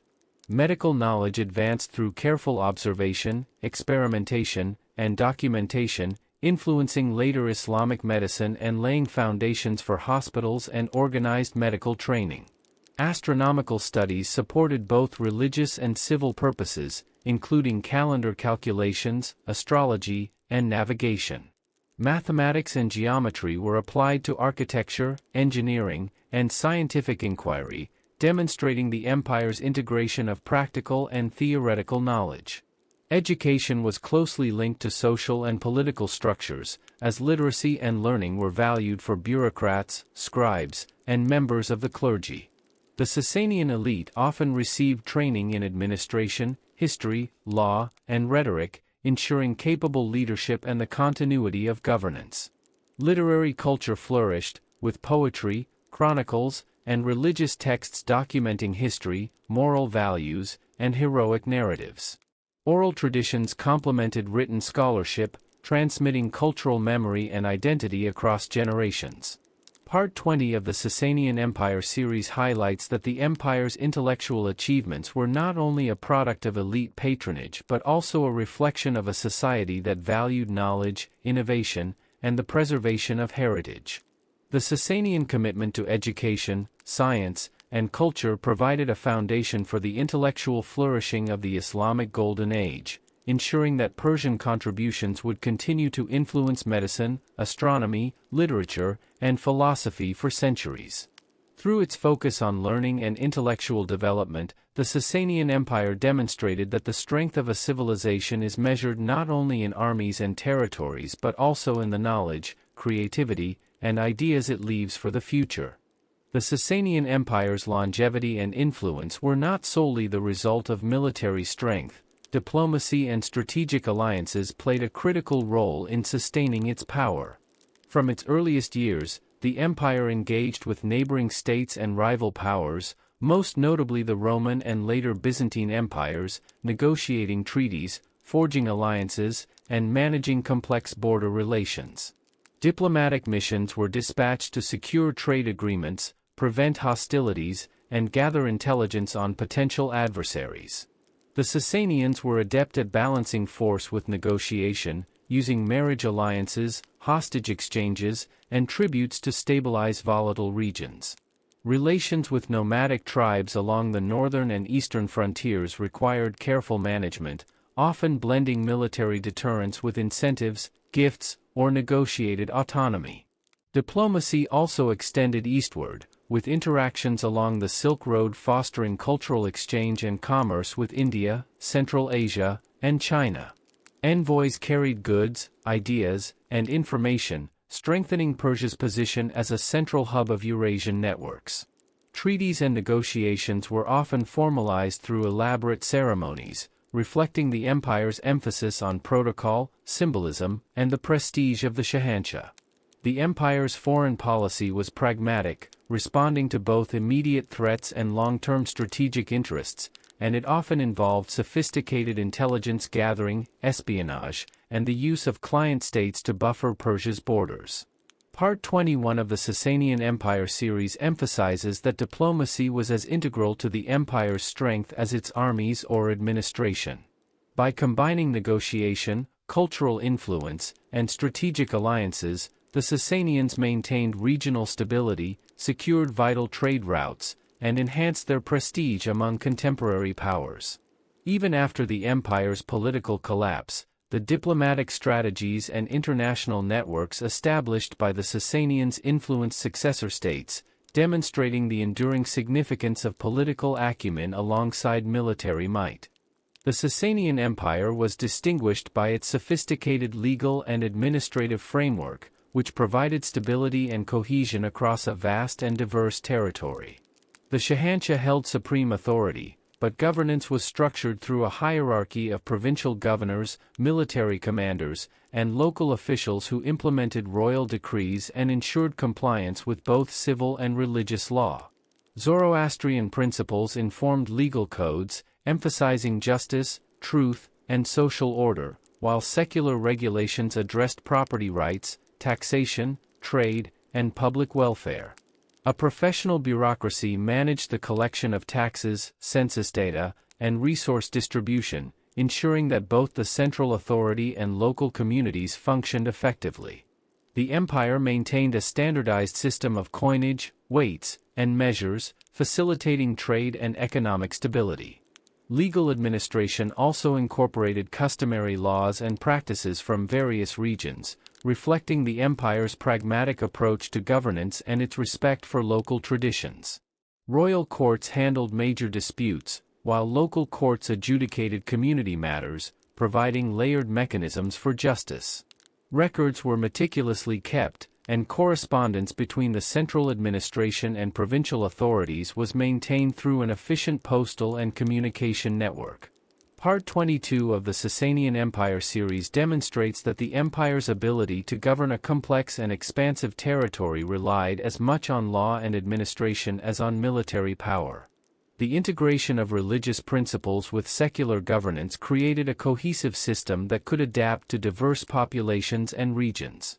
These administrative practices influenced later Islamic governance, particularly under the Abbasids, and contributed to the enduring perception of Persia as a center of bureaucratic expertise and civil organization. The Sassanian model of law and governance illustrates how empires sustain themselves not only through conquest but through effective management, justice, and the ability to maintain order across time and space. Part 23: Sassanian Science, Technology, and Innovation. The Sassanian Empire was notable for its contributions to science, technology, and practical innovation, which enhanced both daily life and imperial administration.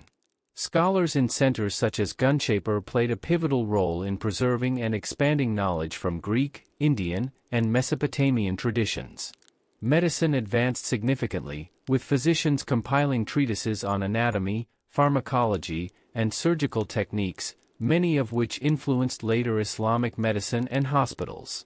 Engineering and technology were applied to agriculture, architecture, and military logistics. Irrigation systems, qanats, bridges, and roads reflected advanced understanding of hydraulics and civil engineering, ensuring agricultural productivity and the efficient movement of goods and troops. Metallurgy and craftsmanship supported both civilian and military needs, producing high-quality weaponry, tools, and luxury items. Astronomy and mathematics were also developed for both scientific and practical purposes, including calendar calculations, astrology, and architectural planning. Innovations in administrative technology, such as record-keeping, standardized weights, and postal systems, strengthened governance and communication across the empire's vast territory. Part 23 of the Sassanian Empire series highlights that scientific and technological advancement was closely tied to state needs, intellectual curiosity, and cultural exchange. These innovations not only supported the empire's stability and prosperity but also left a lasting legacy for subsequent Islamic civilization, contributing to the flourishing of science, medicine, and engineering in the medieval world.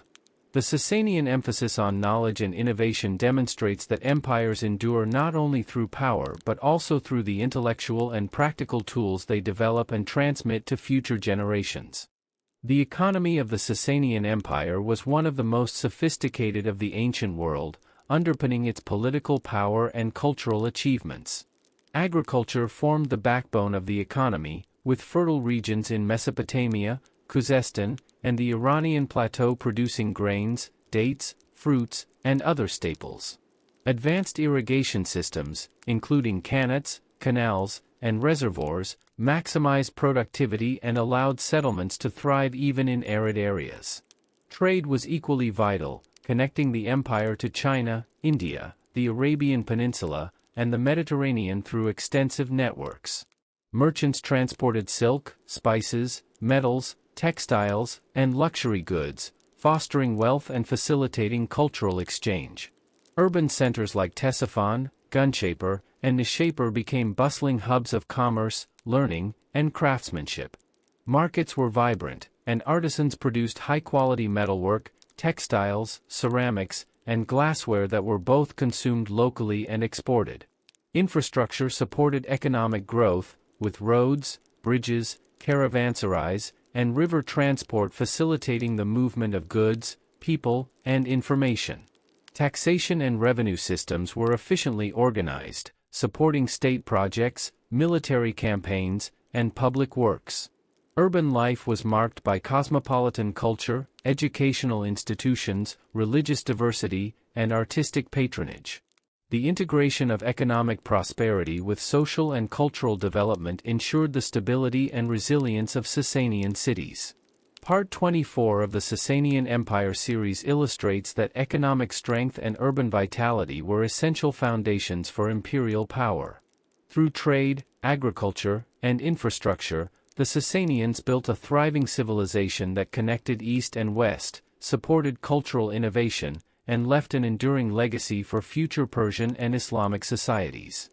The decline of the Sassanian Empire was the result of a combination of internal weaknesses and external pressures that accumulated over several decades. Despite periods of reform and revival, political instability plagued the empire, particularly during the reigns of weaker monarchs. Succession disputes and aristocratic rivalries undermined central authority, while heavy taxation and the burden of prolonged military campaigns strained both the population and the economy. Continuous wars with the Byzantine Empire, although sometimes successful, drained resources and destabilized frontier regions. At the same time, nomadic incursions from the north and east exposed vulnerabilities in defense and highlighted the limits of the empire's military capacity. The early 7th century saw the empire reach its territorial zenith under Khosrow II, but the cost of expansion proved unsustainable. By the time Arab Muslim forces advanced into Persian lands, the Sassanian state was already weakened by internal divisions, economic strain, and exhausted armies. Key battles, including Qadisiyah and Nahavand, led to decisive defeats that dismantled military structures and opened the heartland to conquest. The final fall of the empire in 651 with the death of Yazdijerd III marked the end of Sassanian political sovereignty, yet the collapse was not immediate or total in cultural terms. Zoroastrian communities, Persian administrators, artisans, and scholars survived, adapting to new rulers and gradually integrating into the emerging Islamic civilization. Part 25 of the Sassanian Empire series underscores that the fall of a powerful state is rarely the result of a single event. it is often the culmination of accumulated stress, mismanagement, and changing geopolitical realities. The Sassanian Empire's demise illustrates the fragility of political power despite centuries of cultural, military, and administrative achievement, while also highlighting the resilience of a civilization whose legacy would endure long after the throne was lost. Even after the political collapse of the Sassanian Empire in the mid-7th century, its cultural, intellectual, and administrative legacies continued to shape the Middle East and Persia for centuries to come. The empire had created a sophisticated bureaucratic system, combining centralized authority with provincial administration, standardized taxation, and an efficient postal network, which proved invaluable to the Abbasid Caliphate that succeeded it. Persian administrators, scholars, and artisans were quickly incorporated into the new Islamic state, ensuring that Sassanian expertise in governance, finance, and diplomacy endured despite the shift in political and religious authority. Culturally, the Sassanian emphasis on art, architecture, and literature left an indelible mark on subsequent civilizations. Monumental palaces, ceremonial halls, and rock reliefs influenced Islamic architecture, inspiring the design of mosques, caravanserais, and royal courts for centuries.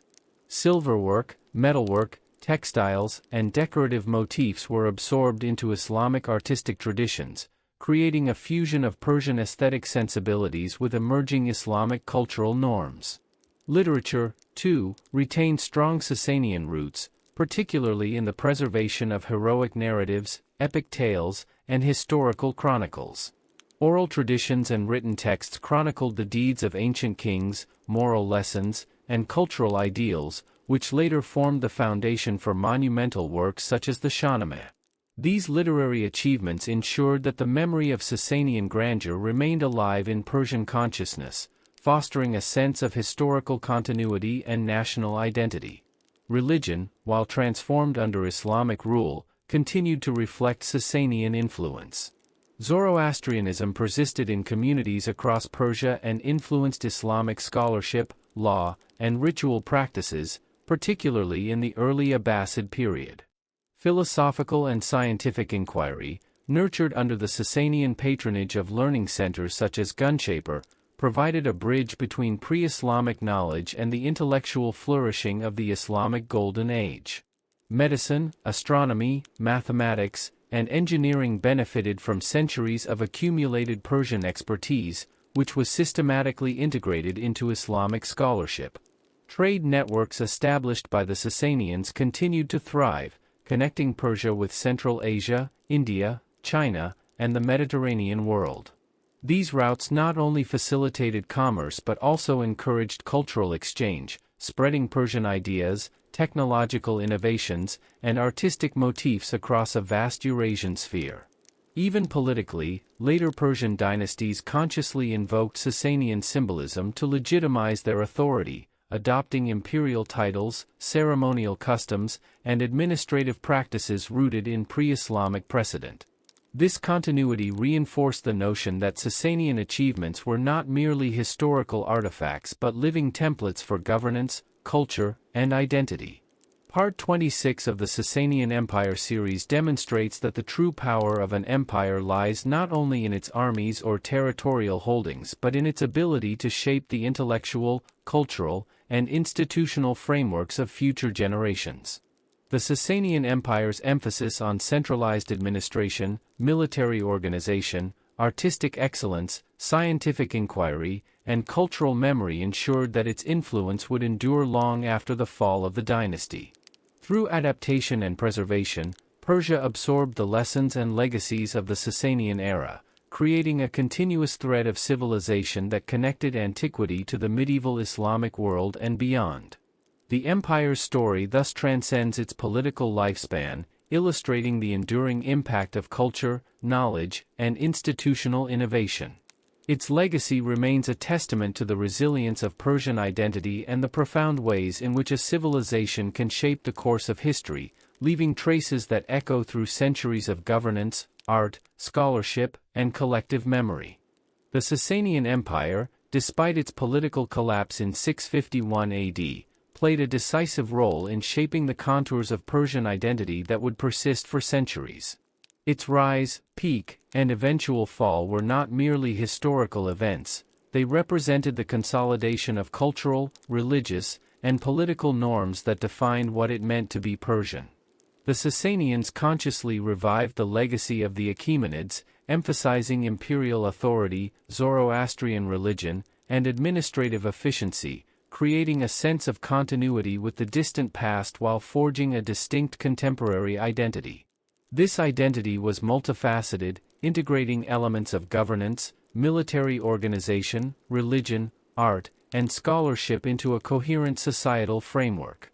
Politically, the empire's centralized structure, with the Shahanshah at its apex and a network of provincial governors, military commanders, and bureaucrats beneath him, established models of authority and administration that endured well beyond the dynasty's end. Even under the subsequent Arab-Muslim rule, Persian administrators retained influence, guiding taxation, provincial management, and diplomatic initiatives.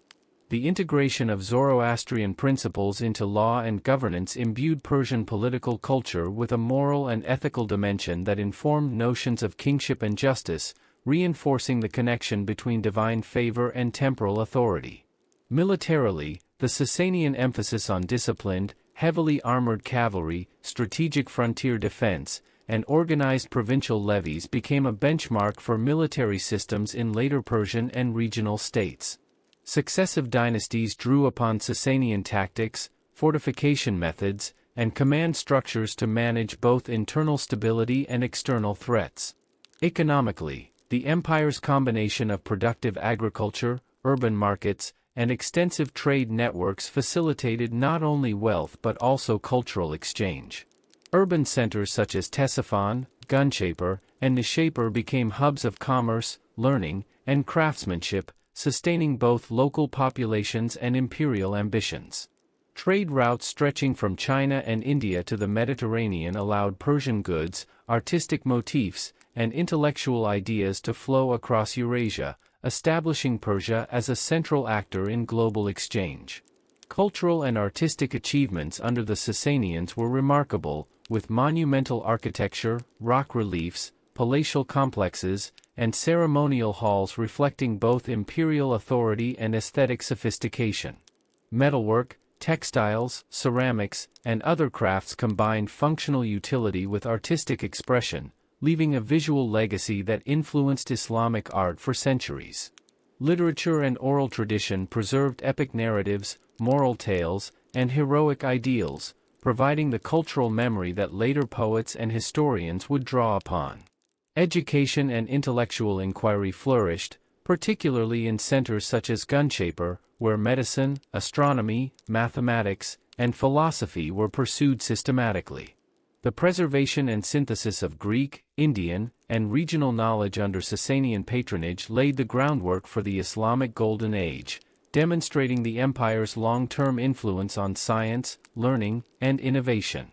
Religious life was central to Sassanian society, with Zoroastrianism shaping rituals, moral codes, and social cohesion, yet tolerance for other faiths allowed Christians, Jews, Manichaeans, and Buddhists to contribute to cultural and intellectual life. This pluralism facilitated exchange of ideas and helped sustain Persia's vibrancy even amidst political upheaval. The memory of the Sassanians persisted as a cultural touchstone, shaping Persian identity long after political structures had vanished. Literary works, ceremonial practices, and artistic conventions drew consciously upon Sassanian models, while successive dynasties invoked Sassanian legitimacy to assert authority. In many ways, the empire's fall strengthened the resilience of Persian identity, demonstrating that cultural and intellectual traditions could survive regime change and integrate with new political and religious systems. Part 27 of the Sassanian Empire series underscores that the empire's greatest achievement was not its military conquests or territorial extent, but the formation of a lasting cultural and national identity.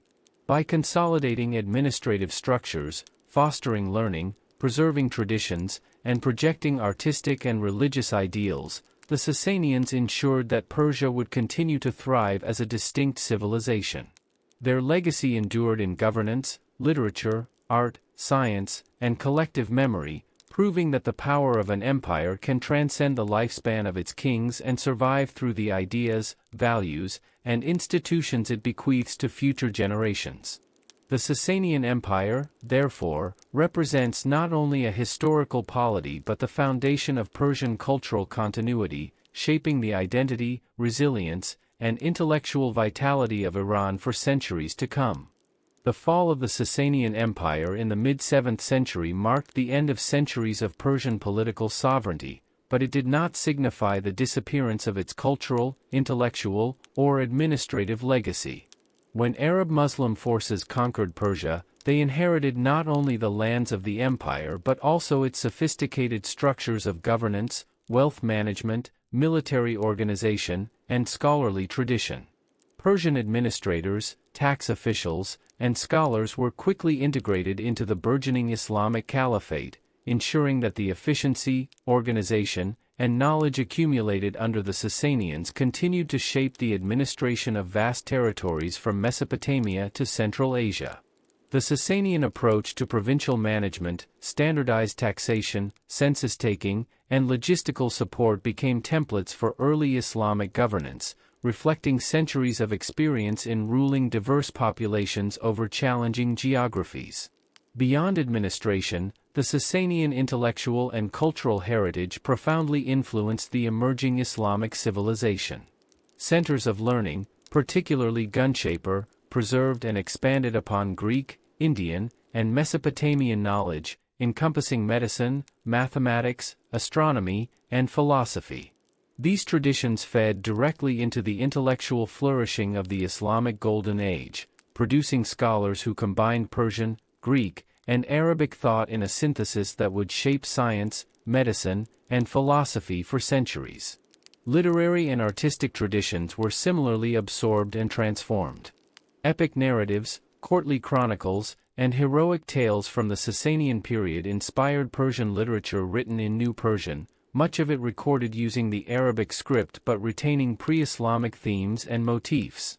Monumental architecture, rock reliefs, vaulted halls, iwans, and decorative motifs informed Islamic architectural aesthetics, influencing mosque design, palatial construction, and civic buildings throughout the Middle East. Artisanal skills in metalwork, textiles, ceramics, and silverwork were adapted to new religious and cultural contexts, blending Persian artistry with emerging Islamic styles. Religious and philosophical influence also persisted. While Zoroastrianism gradually declined as the dominant faith, it left an imprint on Persian ethical thought, cosmology, and legal philosophy, which subtly informed Islamic jurisprudence, moral discourse, and statecraft. Tolerance for religious diversity under the Sassanians provided a precedent for the integration of multiple communities within a single political framework, a principle that facilitated the expansion and cohesion of the early caliphate. Militarily, the Sassanian emphasis on disciplined cavalry, frontier defense, and strategic logistics influenced Persian and regional military traditions under Islamic rule. The experience of managing large armies, fortifying borders, and coordinating multi-regional campaigns informed the military strategies of later dynasties, demonstrating the durability of Sassanian military concepts even after the empire's political collapse.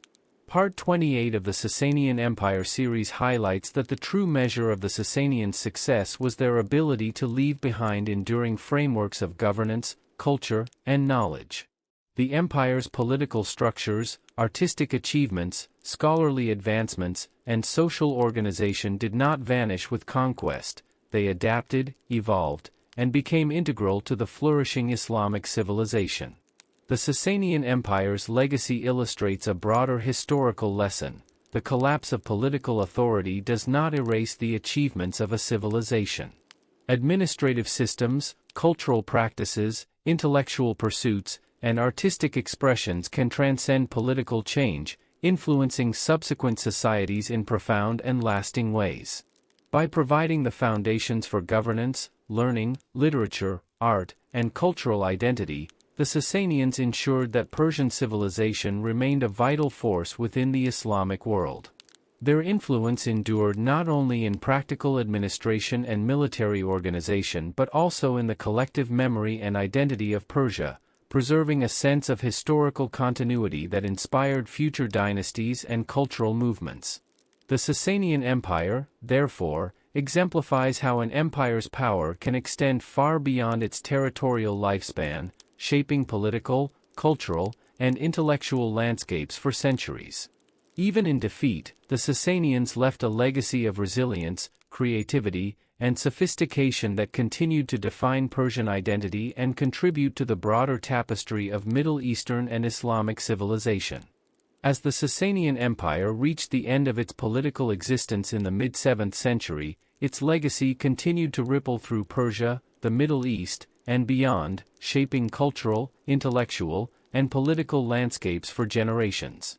Founded in 224 AD by Ardashir I, the empire represented a deliberate revival of Persian imperial tradition, drawing on Achaemenid ideals while creating new systems of governance, military organization, and cultural patronage. Its centuries-long existence was characterized by periods of military conquest, diplomatic negotiation, economic prosperity, artistic flourishing, and intellectual innovation. The Sassanians were not merely conquerors or rulers, they were architects of civilization, establishing administrative structures that allowed centralized authority to coexist with local governance, balancing aristocratic influence with royal prerogative, and integrating religious institutions to reinforce social cohesion. Zoroastrianism, the state religion, was central to this system, providing moral and ethical guidance, legitimizing kingship, and shaping legal and societal norms. At the same time, the empire accommodated religious minorities, including Christians, Jews, Manichaeans, and Buddhists, whose contributions enriched the intellectual, artistic, and commercial life of Sassanian society. Militarily, the Sassanians developed highly disciplined forces, emphasizing heavily armored cavalry, strategic frontier defenses, and a flexible command structure capable of responding to both nomadic incursions and large-scale wars with Byzantium. These innovations allowed the empire to project power across a vast and diverse territory, from the plains of Mesopotamia to the frontiers of Central Asia, and from the Persian Gulf to the Caucasus. Economically, the Sassanian state maintained sophisticated taxation systems, regulated trade routes, and promoted urban prosperity. Cities such as Ctesiphon, Gunshapur, and Nishapur became thriving centers of commerce, learning, and culture, connecting east and west through trade in silk, spices, metals, textiles, and other luxury goods. Infrastructure such as roads, bridges, qanats, and caravanserais facilitated commerce, communication, and military mobilization, reinforcing both economic stability and political authority. Cultural achievements during the Sassanian period were extraordinary, with monumental architecture, rock reliefs, palaces, metalwork, textiles, and ceramics reflecting imperial grandeur and artistic sophistication. Literature, historical chronicles, and epic oral traditions preserved heroic narratives, moral lessons, and cultural memory, influencing later Persian literary masterpieces, including the Shahnameh.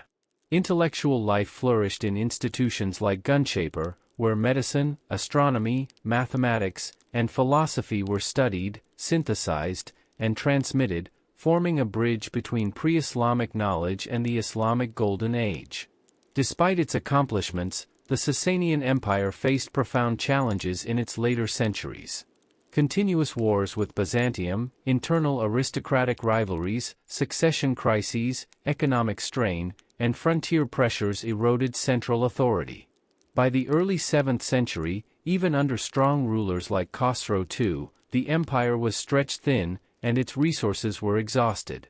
The subsequent Arab-Muslim conquests capitalized on these vulnerabilities, defeating Sassanian armies in decisive battles such as Qadisiyah and Nahavand, ultimately leading to the death of Yazdijerd III and the formal end of Sassanian rule in 651 AD.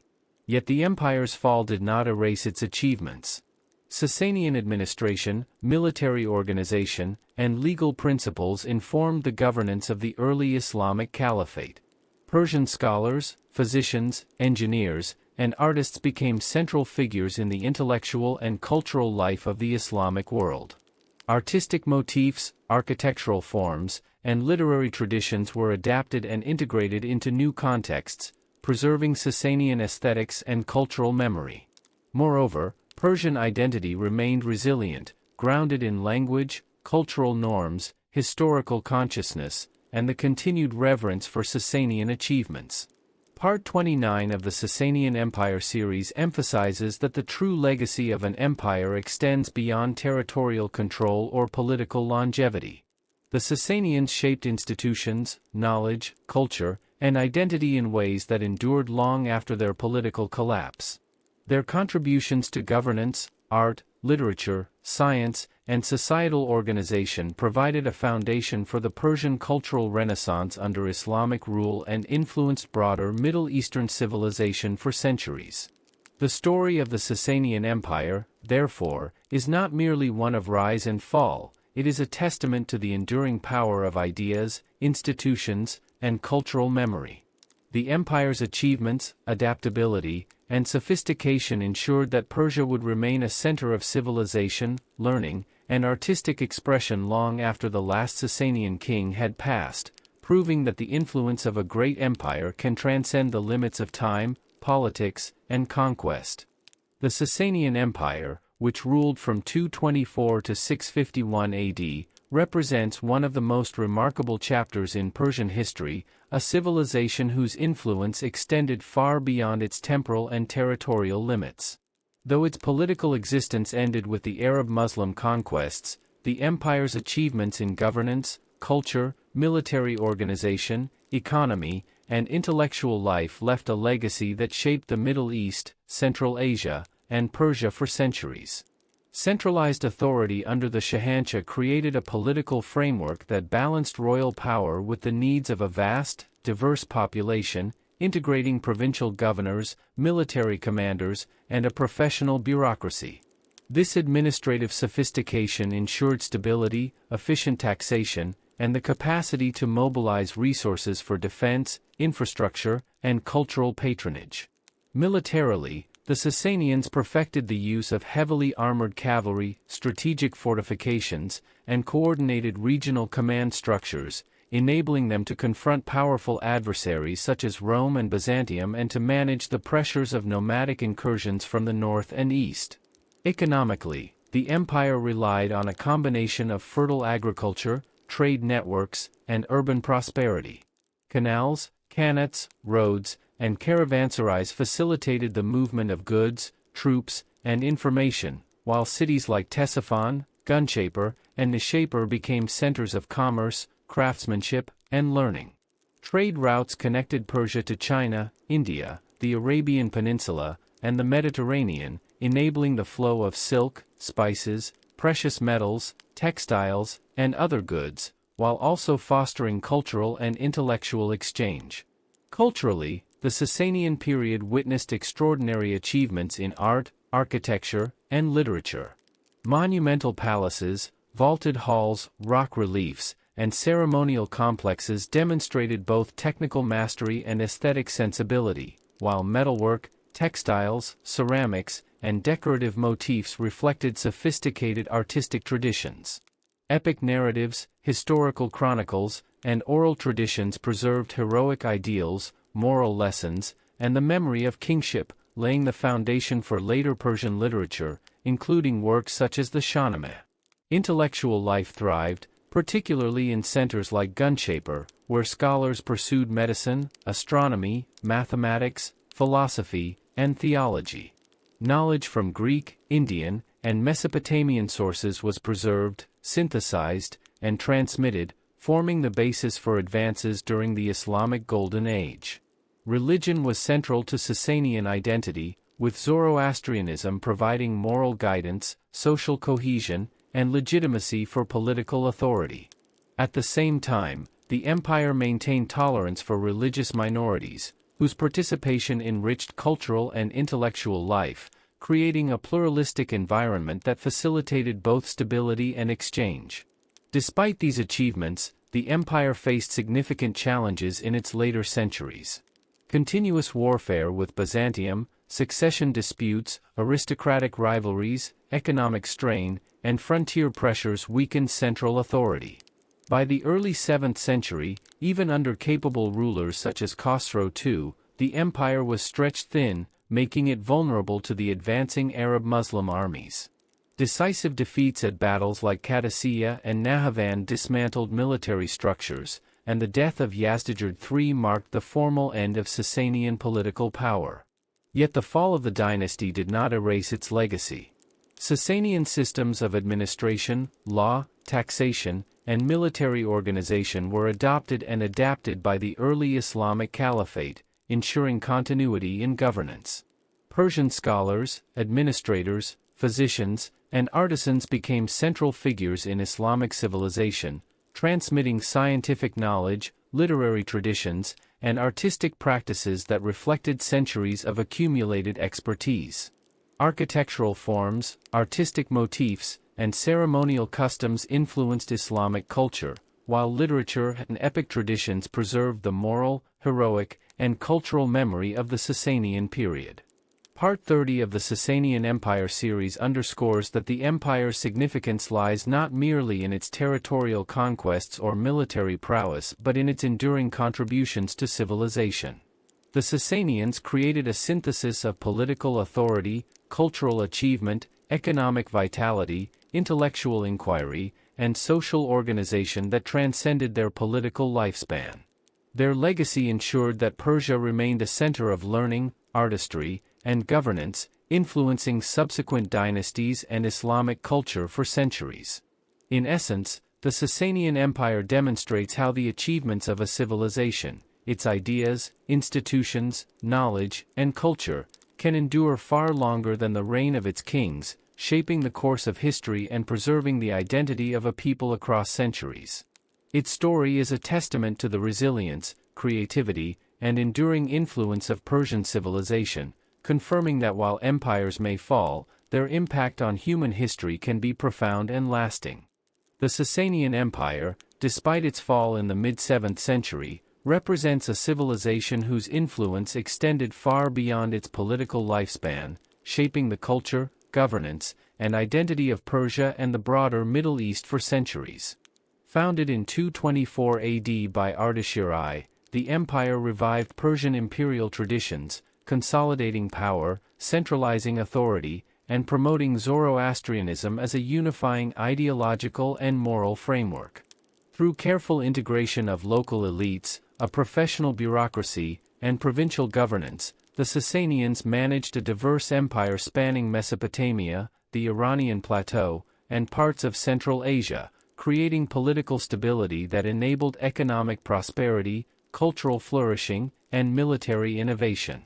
The empire's administration was characterized by meticulous record-keeping, standardized taxation, and the maintenance of roads, postal routes, and trade networks, allowing the central government to mobilize resources efficiently and sustain military operations over vast distances. Militarily, the Sassanian army was a model of organization, combining elite cavalry units, heavily armored cataphracts, disciplined infantry, and coordinated provincial forces capable of defending the empire's extensive borders against Byzantium, nomadic incursions, and eastern threats. Strategic fortifications, frontier garrisons, and effective logistics underscored the empire's emphasis on preparedness and resilience. Economically, the Sassanians leveraged fertile agricultural lands, advanced irrigation systems, and vibrant urban centers to support both local populations and imperial ambitions. Cities like Ctesiphon, Gunshapur, and Nishapur became hubs of commerce, connecting Persia to trade networks stretching from China and India to the Mediterranean. These networks facilitated the exchange of silk, spices, precious metals, textiles, and luxury goods while fostering intellectual and cultural interaction across Eurasia. Cultural and artistic achievements under the Sassanians were equally significant. Monumental architecture, palatial complexes, vaulted halls, and rock reliefs reflected both engineering skill and aesthetic sensibility, while metalwork, textiles, ceramics, and decorative arts displayed a high degree of craftsmanship. Literature and oral traditions preserved heroic narratives, royal chronicles, and moral teachings, forming a cultural memory that would influence Persian literature, including the monumental Shahnameh, centuries later. Intellectual life thrived in centers such as Shapur, where scholars pursued medicine, astronomy, mathematics, philosophy, and theology.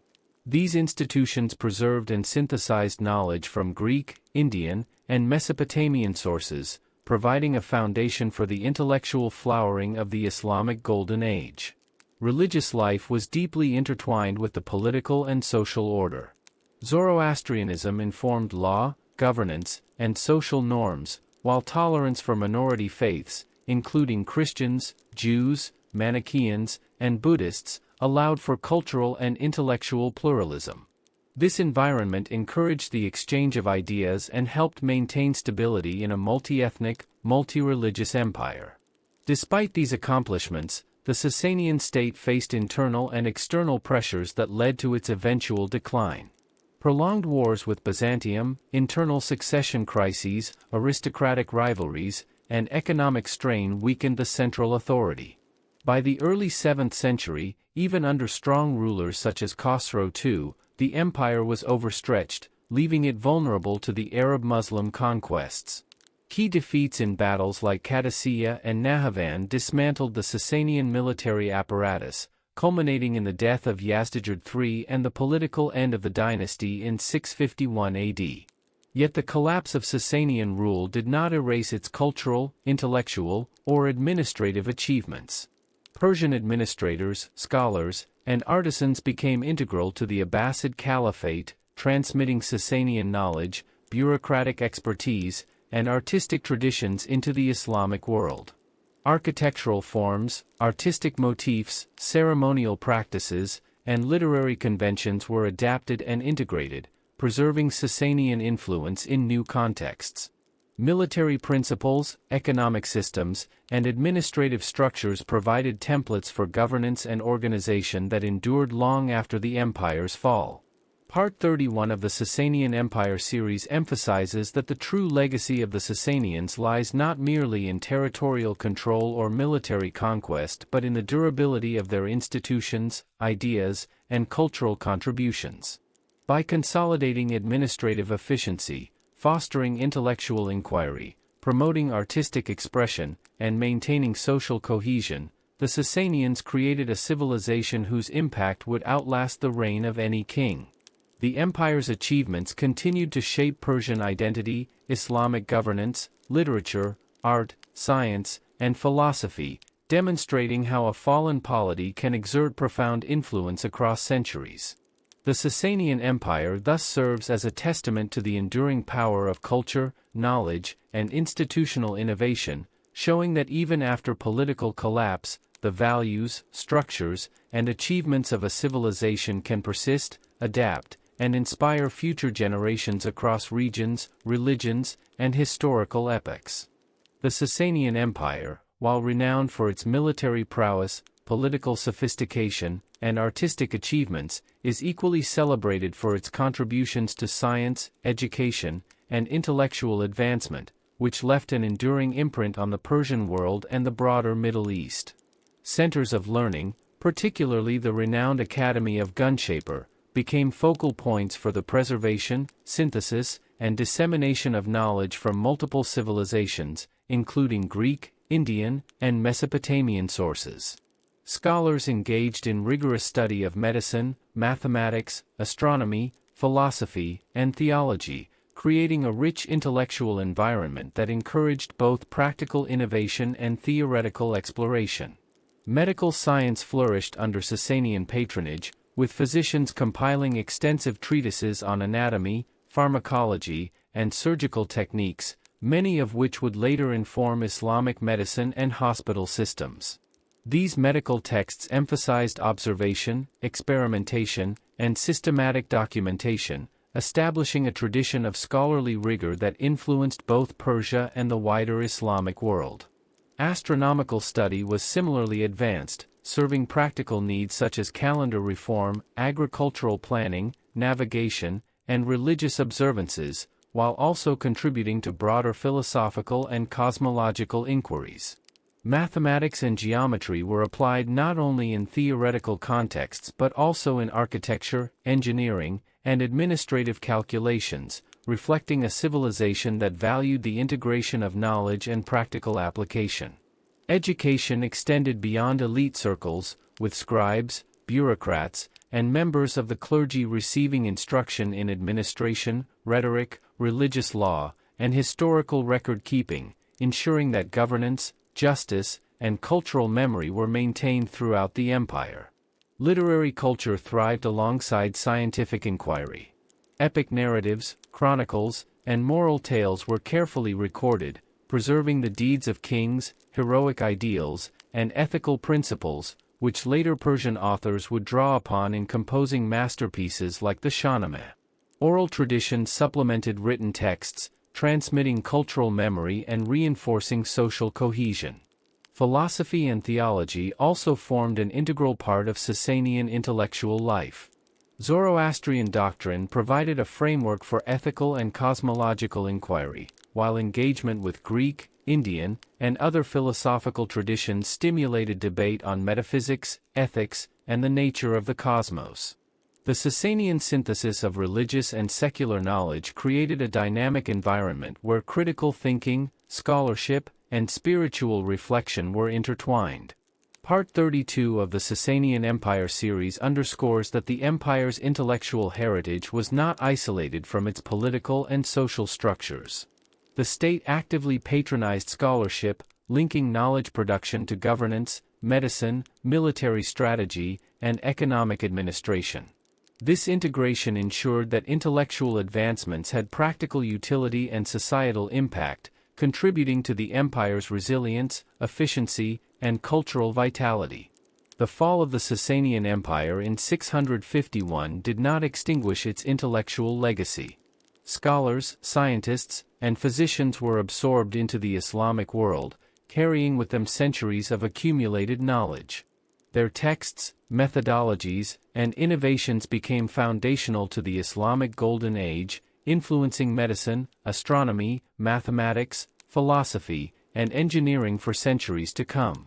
The emphasis on critical inquiry, synthesis of foreign knowledge, and practical application established during the Sassanian era provided a bridge between pre-Islamic civilizations and medieval Islamic scholarship.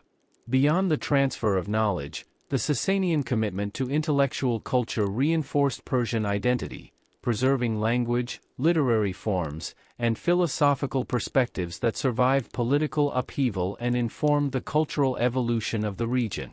The empire's scientific and educational achievements exemplify the enduring impact of intellectual investment in shaping civilization, showing that even after military defeat or political collapse, ideas, methods, and discoveries can continue to influence societies long into the future.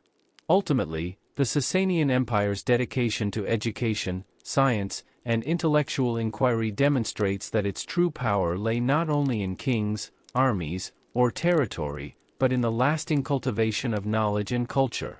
By fostering scholarship, supporting innovation, and preserving the intellectual achievements of prior civilizations, the Sassanians ensured that Persia remained a center of learning and cultural vitality. The legacy of their intellectual pursuits endured well beyond the political lifespan of the dynasty, influencing Islamic civilization, shaping the course of science and philosophy, and establishing a standard of intellectual excellence that would define Persian cultural identity for centuries. The story of the Sassanian Empire, therefore, is a testament to the enduring influence of ideas, the transformative power of scholarship, and the ability of a civilization to leave a legacy that transcends the limits of time, conquest, and political authority. The military organization and strategic approach of the Sassanian Empire were central to its resilience, territorial expansion, and long-standing influence, setting standards for warfare that endured well beyond the dynasty's fall. From its inception in 224 AD, the empire placed significant emphasis on the development of a professional, well-equipped, and highly disciplined military, designed to defend its extensive borders and project power across the Iranian plateau, Mesopotamia, and the Caucasus. The backbone of Sassanian forces was the heavily armored cavalry, known as cataphracts, whose combination of mobility, armor, and shock power enabled decisive battlefield maneuvers against enemies ranging from nomadic horsemen to the disciplined legions of Rome and later Byzantium. Infantry units, archers, and missile troops complemented the cavalry, providing flexibility, sustaining prolonged engagements, and ensuring the ability to adapt to varied terrains and enemy tactics. The empire's frontier defense was a critical component of military strategy. Along the western border with Byzantium, a network of fortified cities, garrisons, and watchtowers allowed early detection of invasions, rapid mobilization, and strategic counterattacks.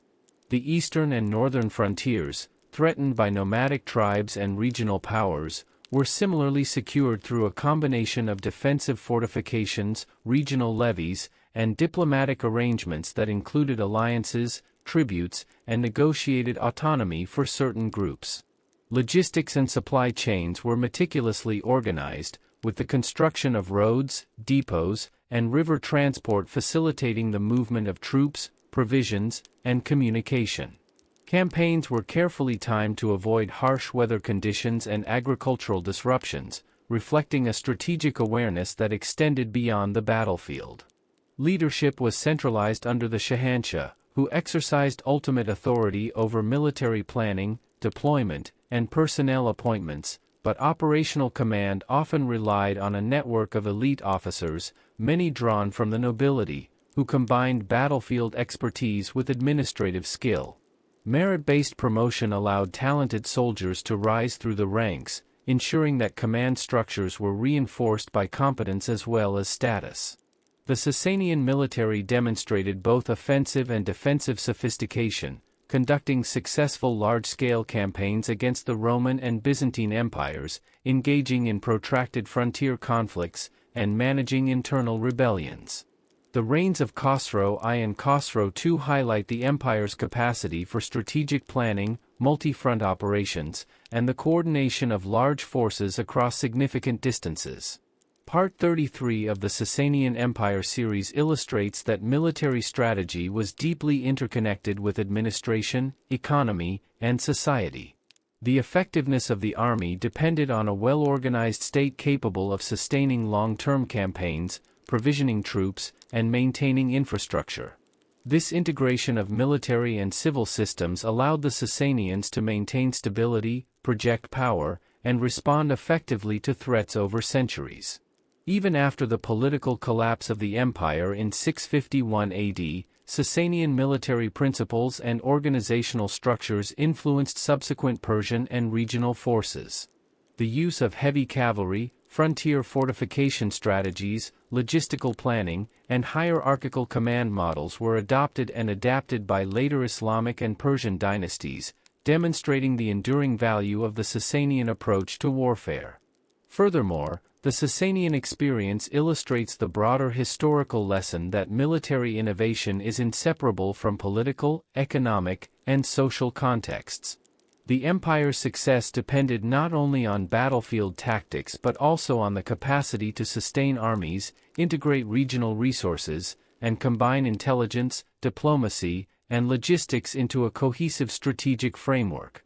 Through these achievements, the Sassanian Empire established a military legacy that shaped the conduct of war, informed the development of statecraft, and contributed to the broader evolution of Middle Eastern and Central Asian warfare. Its model of disciplined forces, strategic flexibility, and integration with civil institutions provided a foundation for future empires, ensuring that the lessons of Sassanian military prowess continued to resonate long after the fall of the dynasty. In this way, the Sassanian Empire's martial heritage was not simply about conquest or defense, it reflected a sophisticated understanding of the interdependence of power, organization, and society, demonstrating that the most enduring empires combine strength of arms with strategic vision, logistical foresight, and institutional resilience. The Sassanian Empire, spanning from 224 to 651 AD, was not only a formidable political and military power but also a crucible of artistic and architectural innovation whose influence would resonate for centuries. Sassanian rulers understood that monumental architecture and visual culture were essential instruments of political legitimacy, religious expression, and social cohesion. Palaces, ceremonial halls, fire temples, and urban fortifications were constructed to embody imperial authority, religious devotion, and aesthetic sophistication, reflecting a deliberate integration of function, symbolism, and grandeur. Architectural mastery is evident in sites such as the Palace of Ctesiphon, where the Grand Iwan, a vaulted hall opening onto a courtyard, demonstrated advanced engineering, spatial innovation, and an imposing aesthetic designed to awe visitors and subjects alike. Fire temples, central to Zoroastrian religious practice, were often richly adorned, reflecting the integration of sacred space with artistic decoration and serving as focal points for both spiritual life and community identity. Rock reliefs and monumental carvings, such as those at Nakshi Rustam and Bishapur, depicted royal victories, religious symbolism, and dynastic lineage, blending narrative storytelling with visual impact to communicate messages of power, divine favor, and cultural continuity. Beyond architecture, Sassanian art flourished in metalwork, textiles, ceramics, glassware, and jewelry. Metal artisans produced intricately designed silver plates, weaponry, and vessels that combined practical utility with elaborate decorative motifs, often incorporating floral, geometric, and animal designs imbued with symbolic meaning. Textiles, including richly woven silks and embroidered fabrics, were prized both within the empire and in international trade, serving as indicators of status, wealth, and refined taste. Ceramics and glasswork reflected technical skill and creativity, combining utility with ornamental design, while decorative motifs from the Sassanian period influenced later Islamic art, particularly in Persia, Central Asia, and beyond. Literature and oral traditions complemented visual arts, preserving epic narratives, heroic tales, and moral instruction. Chronicles of kings, historical accounts, and poetic expressions were transmitted alongside architectural and artistic works, creating a comprehensive cultural memory that reinforced social norms, ethical principles, and a sense of shared identity. The Sassanians also fostered intellectual and artistic centers such as Shapur, where scientific study, philosophical inquiry, and artistic practice were pursued simultaneously, demonstrating the empire's holistic approach to cultural development. Patronage was a central mechanism through which the state nurtured artistic and architectural achievement. Kings and elite families commissioned projects not only to celebrate victories or religious devotion but also to leave enduring markers of their legacy, ensuring that culture was inseparable from political authority. Part 34 of the Sassanian Empire series illustrates that art and architecture were both expressions of imperial ideology and tools of social cohesion. The integration of aesthetic innovation with functional design, religious symbolism, and narrative storytelling created a distinctive cultural identity that persisted even after the fall of the empire in 651 AD.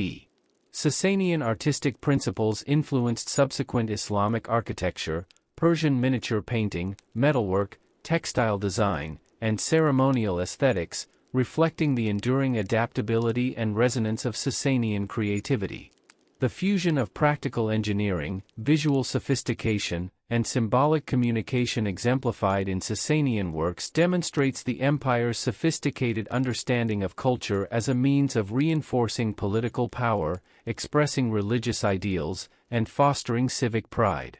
Even in contexts of political change, the stylistic and technical innovations of the Sassanian period were absorbed, transformed, and perpetuated, ensuring that the empire's cultural legacy remained alive across centuries. Through monumental architecture, decorative arts, and literary expression, the Sassanians created a rich tapestry of cultural production that bridged the past with the future, influencing both Persian and Islamic civilizations. Their achievements underscore the enduring importance of artistic and cultural expression in sustaining identity, memory, and influence, proving that the legacy of an empire is measured not only in its conquests or institutions but in the aesthetic, intellectual, and creative contributions it bequeaths to humanity. The Sassanian Empire, therefore, exemplifies how art and architecture can serve as both instruments of power and enduring symbols of civilization, ensuring that even after the fall of kings and dynasties, the cultural imprint of a great empire continues to shape societies, inspire innovation, and preserve collective memory for generations to come. The Sassanian Empire, which reigned from 224 to 651 AD, played a pivotal role in shaping the political philosophy and administrative principles that would define Persian governance for centuries. From the beginning of Ardashir I's reign, the Sassanians consciously modeled their authority on the ideals of the ancient Achaemenid dynasty while simultaneously innovating new structures to address the challenges of a vast, multi-ethnic empire. Centralized authority under the Shahanshah established the concept of a supreme ruler whose legitimacy was derived both from divine sanction and practical competence, blending political theory with religious ideology.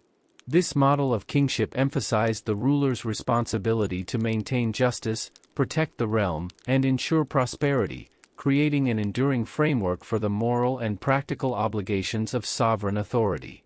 The administrative system of the empire was both hierarchical and meritocratic, balancing the influence of hereditary nobility with the talents of skilled bureaucrats. Provincial governors, military commanders, and regional administrators were integrated into a centralized structure that allowed the Shahanshah to exert control across diverse territories, demonstrating that effective governance depended on coordination, accountability, and the delegation of authority within a coherent institutional framework. Taxation, census-taking, and resource management were systematically organized, reflecting a sophisticated understanding of statecraft and the interdependence of economic stability and political authority. Zoroastrian principles informed the legal and ethical dimensions of governance, emphasizing truth, justice, and social responsibility. The integration of religious doctrine into law and administration created a moral dimension to political authority, where the legitimacy of rulership was inseparable from adherence to ethical and spiritual principles. This interplay of religion and politics not only reinforced the social order but also established precedents for the integration of moral philosophy into governance that would influence later Persian and Islamic political thought. Military organization was a critical aspect of political theory in practice. The empire's reliance on disciplined cavalry, strategic fortifications, and coordinated frontier defense exemplified the understanding that sustainable power required both strategic planning and the ability to respond to internal and external threats. Military service was intertwined with social obligation, reinforcing the connection between citizenship, loyalty, and governance. Diplomacy and foreign relations were also shaped by Sassanian political philosophy. The empire engaged in careful negotiation, alliance-building, and strategic warfare with Rome, Byzantium, and neighboring states, demonstrating an understanding of realpolitik and the importance of balancing military might with diplomatic skill. Economic policy reflected the Sassanian recognition that political authority depended on wealth, infrastructure, and commerce. Trade networks linking China, India, the Arabian Peninsula, and the Mediterranean were actively managed and protected. Urban centers were cultivated as hubs of commerce and culture, and agricultural productivity was maximized through irrigation, storage systems, and land management. Part 35 of the Sassanian Empire series underscores that political thought under the Sassanians was deeply practical, grounded in the realities of governance, yet enriched by moral and intellectual considerations. The synthesis of centralized authority, ethical governance, military organization, economic management, and cultural patronage created a model of statecraft that influenced subsequent Persian dynasties, particularly under Islamic rule. Concepts of kingship, bureaucratic structure, military hierarchy, and integration of religious and ethical principles persisted, providing continuity in Persian political culture even after the fall of the dynasty in 651 AD. Sassanian political thought also emphasized adaptability, recognizing the need to respond to changing circumstances, external threats, and internal dynamics while maintaining core principles of justice, legitimacy, and social cohesion. The enduring influence of these ideas is evident in the administrative structures, legal frameworks, and ideological constructs of later Islamic and Persian states, which drew upon Sassanian precedents to legitimize authority, organize governance, and maintain social order. Ultimately, the Sassanian Empire demonstrates that the power of a civilization is measured not only by its military conquests or territorial extent but by the depth, coherence, and longevity of its political and administrative ideas. By establishing a framework of governance grounded in centralized authority, ethical responsibility, military preparedness, and economic and cultural integration, the Sassanians created a political legacy that would endure far beyond the fall of their kings, shaping Persian identity, statecraft, and political thought for centuries. The empire's experience illustrates the enduring relationship between governance, morality, culture, and practical administration, offering lessons on the ways in which political philosophy can be embedded in the institutions, practices, and identity of a civilization. The Sassanian Empire, which dominated Persia from 224 to 651 AD, was remarkable not only for its political and military accomplishments but also for the central role that religion, particularly Zoroastrianism, played in shaping society, governance, and cultural identity. From the very foundation of the empire under Ardashir I, the revival and promotion of Zoroastrian faith were intertwined with statecraft, providing a unifying ideological framework that legitimized royal authority and reinforced social cohesion across a diverse and multi-ethnic population.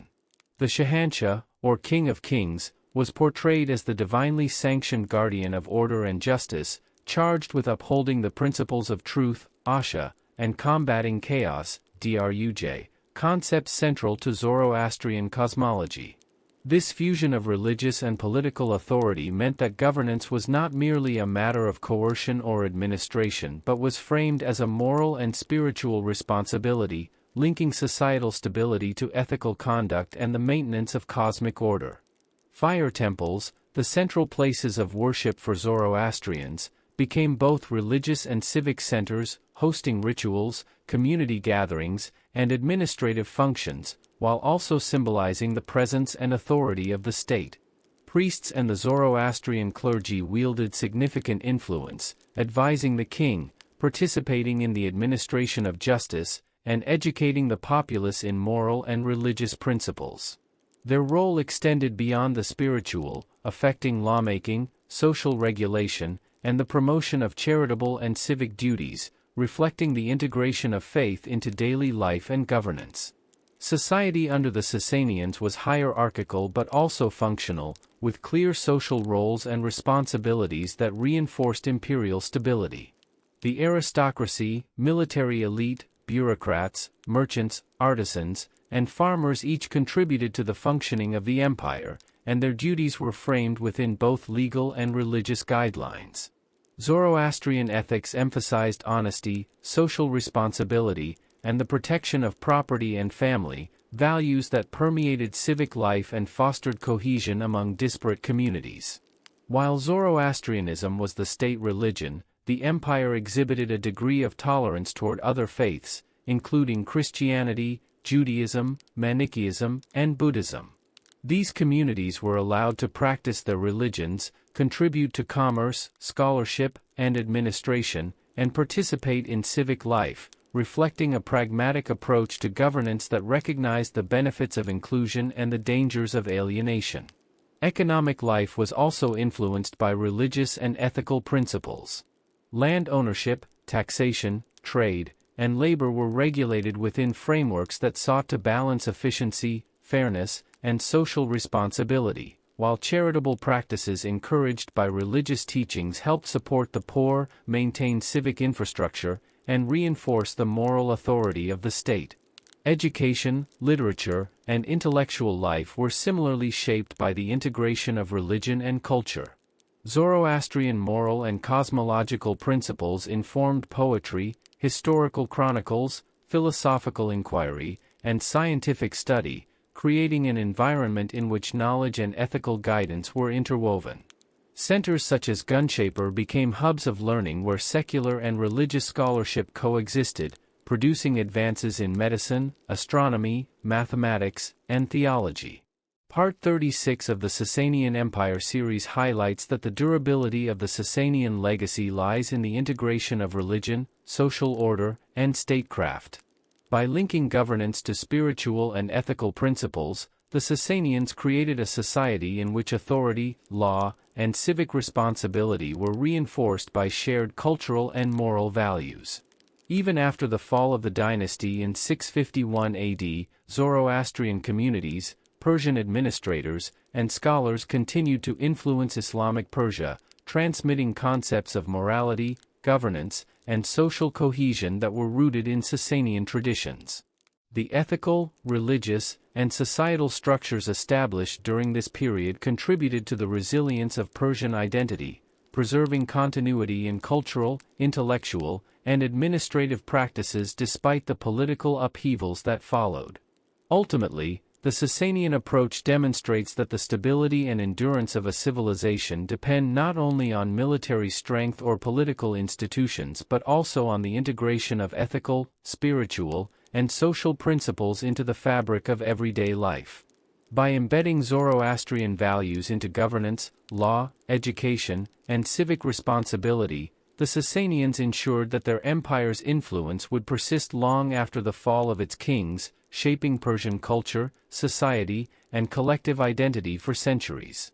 This intertwining of faith, governance, and social order exemplifies the profound ways in which religion can reinforce political authority, foster societal cohesion, and sustain cultural continuity, solidifying the Sassanian Empire's place as one of the most enduring and influential civilizations of the ancient world. The Sassanian Empire, which ruled Persia from 224 to 651 AD, owed much of its longevity and stability to its sophisticated economic foundations, which underpinned political authority, military power, and cultural flourishing. From the outset, Sassanian rulers recognized that economic vitality was essential for maintaining centralized governance, supporting a professional military, and fostering urban and artistic development. Agriculture formed the backbone of the empire's economy, with fertile lands across Mesopotamia, the Iranian plateau, and other regions intensively cultivated using advanced irrigation systems, qanats, canals, and water storage technologies. These systems allowed farmers to maximize yields, mitigate the impact of seasonal variability, and sustain dense populations in urban centers. Agricultural production was closely linked to taxation, with a state-managed system ensuring that surplus resources could support the royal court, military campaigns, public works, and trade activities. Urban centers such as Ctesiphon, Shapur, Nishapur, and Hira became thriving hubs of commerce, administration, and culture, benefiting from their strategic locations along major trade routes connecting China, India, the Arabian Peninsula, and the Mediterranean.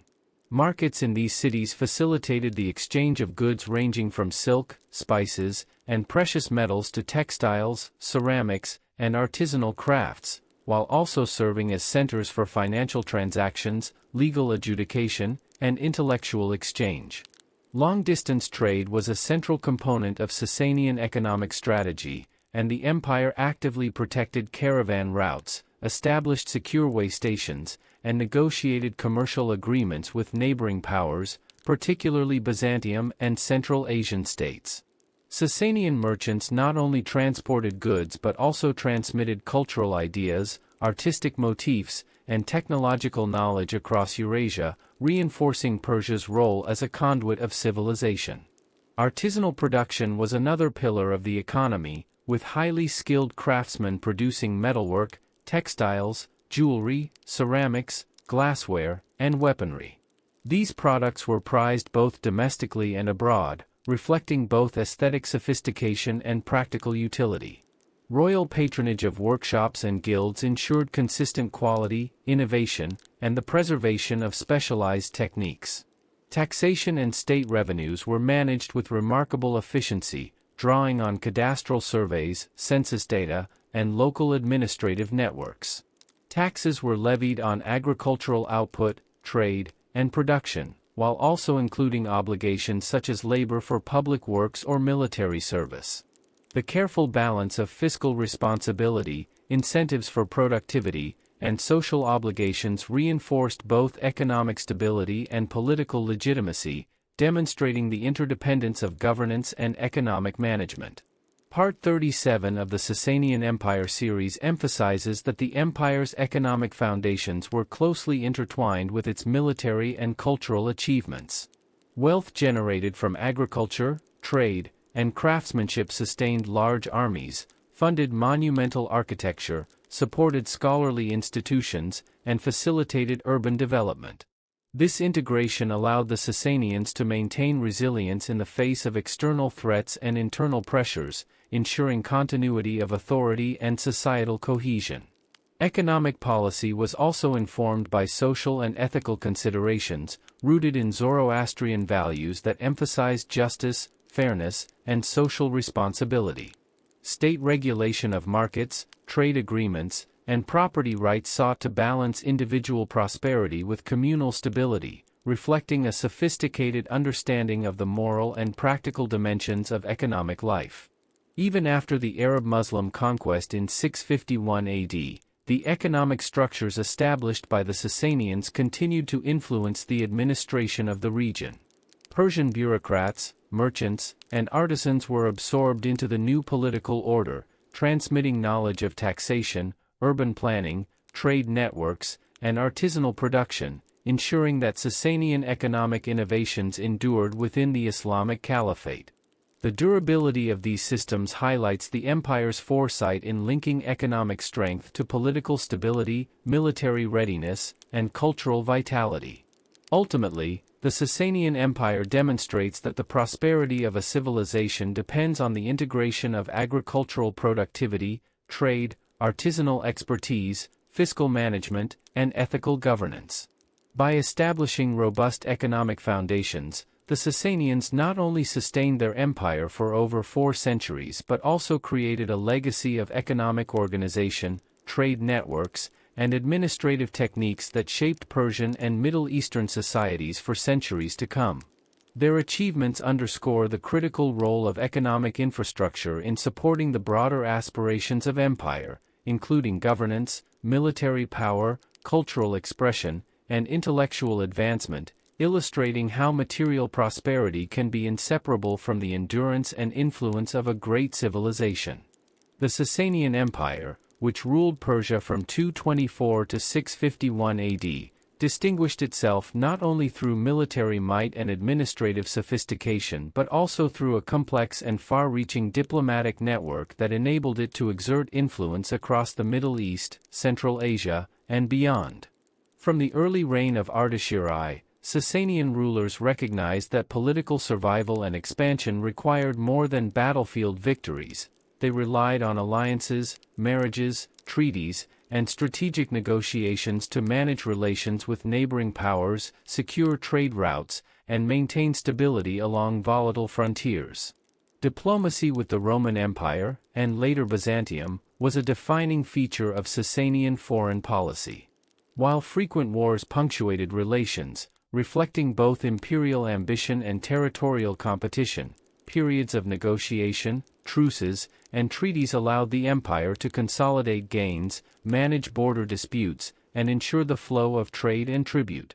Envoys, royal correspondence, and ceremonial exchanges played crucial roles in signaling strength, negotiating concessions, and preserving prestige. Beyond the western frontier, the Sassanians engaged with nomadic and semi-nomadic groups along the northern and eastern borders, including the Hephthalites, Turks, and other Central Asian polities. These interactions combined military campaigns with strategic alliances, tribute arrangements, and trade partnerships, reflecting an understanding that security and influence depended on both coercion and collaboration. Trade diplomacy was equally central. The empire actively fostered connections along the Silk Road and maritime routes, linking Persia to China, India, the Arabian Peninsula, and the Mediterranean. By facilitating commerce, protecting caravan routes, and negotiating trade agreements, the Sassanians strengthened their economic base while also promoting cultural exchange, the spread of technology, and the dissemination of artistic and intellectual innovations. Royal marriages and dynastic alliances were another tool of diplomacy. By marrying into neighboring ruling families or hosting foreign envoys, Sassanian kings reinforced political bonds, secured loyalty, and extended influence without resorting to war. Such alliances complemented military strategies, providing stability along contested frontiers and creating networks of reciprocal obligation and recognition. Religious and cultural diplomacy also played a role in the Sassanian approach. Zoroastrianism was promoted as a unifying ideology, but tolerance for other faiths, such as Christianity, Judaism, and Manichaeism, facilitated alliances with diverse communities and neighboring powers. Religious tolerance allowed minority groups to participate in commerce, administration, and intellectual life, while also projecting an image of a stable, sophisticated, and morally legitimate state. Part 38 of the Sassanian Empire series emphasizes that the empire's diplomatic success depended on a nuanced understanding of regional power dynamics, economic leverage, military capability, and cultural influence. By combining negotiation with strategic show of force, fostering economic interdependence, and employing ceremonial and ideological tools, the Sassanians were able to maintain influence far beyond the borders directly controlled by their armies. Even after the political collapse of the empire in 651 AD, Sassanian diplomatic practices and regional networks had lasting effects. Knowledge of treaties, administrative correspondence, trade negotiation, and frontier management informed the practices of successor Islamic dynasties, while cultural and intellectual exchanges initiated under Sassanian auspices continued to facilitate interaction between Persia, Central Asia, and the broader Mediterranean world. The empire's ability to blend military strength with diplomacy, economic incentives, and cultural persuasion demonstrates a sophisticated model of statecraft in which influence was maintained not solely through conquest but through strategic engagement with multiple actors and communities. The legacy of Sassanian diplomacy highlights the enduring principle that sustainable power rests on a combination of coercion, negotiation, and mutual benefit, and that empires endure not only through armies and fortresses but through networks of alliances, economic ties, and cultural exchange. By skillfully navigating a complex international landscape, the Sassanians established a model of regional influence, balancing expansionist ambition with pragmatic accommodation, and creating a framework for international relations that would shape Persian and Middle Eastern statecraft for centuries. Their approach exemplifies the interplay of power, negotiation, culture, and economics in maintaining a resilient empire, illustrating that diplomacy can be as vital to the endurance of a civilization as military conquest or internal administration.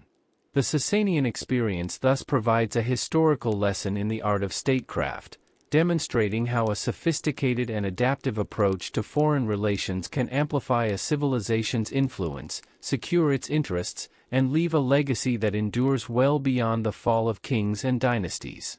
The Sassanian Empire, ruling Persia from 224 to 651 AD, achieved remarkable advancements in urban development, reflecting a sophisticated understanding of city planning, infrastructure, commerce, and social organization that supported both the political stability and cultural vitality of the state.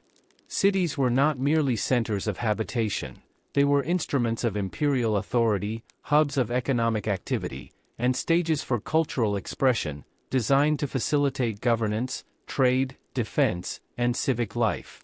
Ctesiphon, the empire's capital, exemplified the Sassanian approach to urban design, combining monumental architecture with functional infrastructure. The Great Palace, with its imposing iwan, expansive courtyards, and vaulted halls, symbolized royal power and ceremonial grandeur, while adjacent administrative buildings housed bureaucrats who managed taxation, military logistics, and regional governance. Urban streets, markets, and public spaces were carefully organized to promote trade, social interaction, and civic order. Secondary cities such as Gunshapur, Nishapur, and Hira played specialized roles, serving as centers of learning, trade, and artisanal production. Gunshapur, for example, was renowned as an intellectual hub, integrating educational institutions, hospitals, libraries, and observatories, demonstrating the Sassanian commitment to combining urban functionality with cultural and scientific advancement. The planning of Sassanian cities incorporated defensive considerations, with walls, gates, and fortified citadels designed to protect populations from external threats and internal unrest. Rivers, canals, and qanats were integrated into city layouts to provide reliable water supply, support agriculture, and sustain both civilian life and urban industries. Roads connecting cities and frontier outposts facilitated commerce, communication, and military mobilization, reinforcing the interdependence of urban development and state infrastructure. Economic activity was central to urban planning. Markets, workshops, and caravanserais were strategically located to maximize accessibility and efficiency, allowing merchants, artisans, and farmers to interact within well-regulated systems. Luxury goods such as silk, textiles, ceramics, and metalwork were produced and traded within these urban networks, linking local production with long-distance trade routes that extended to China, India, the Arabian Peninsula, and the Mediterranean. Social organization within cities reflected Sassanian hierarchical and functional principles. Residential quarters, religious institutions, administrative offices, and military barracks were distributed to balance convenience, security, and social stratification. Fire temples and religious centers were integral to both spiritual life and civic identity, hosting community gatherings, rituals, and administrative functions, further blending the sacred and secular in urban experience. Part 39 of the Sassanian Empire series highlights the empire's emphasis on adaptability in urban design. Cities were expanded, rebuilt, and fortified in response to demographic growth, economic opportunities, and military threats, demonstrating a pragmatic approach to long-term urban sustainability. The integration of engineering, architecture, commerce, and social planning reflects a civilization attuned to the practical, aesthetic, and symbolic dimensions of city life. Cultural expression was deeply embedded in urban spaces. Palaces, public buildings, markets, and religious centers were adorned with reliefs, murals, and decorative motifs that communicated imperial ideology, artistic sophistication, and social values. Festivals, processions, and civic ceremonies enlivened urban life, reinforcing community identity and loyalty to the state. Even after the Arab-Muslim conquest in 651 AD, the urban frameworks established by the Sassanians influenced the development of cities throughout Persia and the Islamic world. Roads, water systems, defensive structures, and patterns of settlement provided models that were adapted by successor dynasties, while urban centers continued to serve as hubs of commerce, learning, and culture. The legacy of Sassanian urban development demonstrates that cities are not merely physical spaces but instruments of civilization, reflecting and reinforcing political, economic, social, and cultural priorities. By integrating infrastructure, defense, economic networks, social organization, and cultural expression, the Sassanians created urban environments capable of sustaining population growth, facilitating governance, and promoting civic identity. Their approach illustrates the enduring importance of planning, adaptability, and integration in urban life, showing how thoughtful city design can enhance the resilience, prosperity, and cultural richness of a civilization. In essence, the Sassanian Empire's cities were microcosms of the empire itself, blending power, functionality, and creativity to support an enduring political, economic, and cultural order. Their influence persisted long after the fall of the dynasty, shaping Persian and Middle Eastern urban landscapes, providing models for governance, trade, and social cohesion, and demonstrating that the built environment is both a reflection and a driver of civilization's achievements. The Sassanian Empire, which ruled Persia from 224 to 651 AD, came to an end under circumstances that reflected both internal fragility and the transformative forces reshaping the Middle East.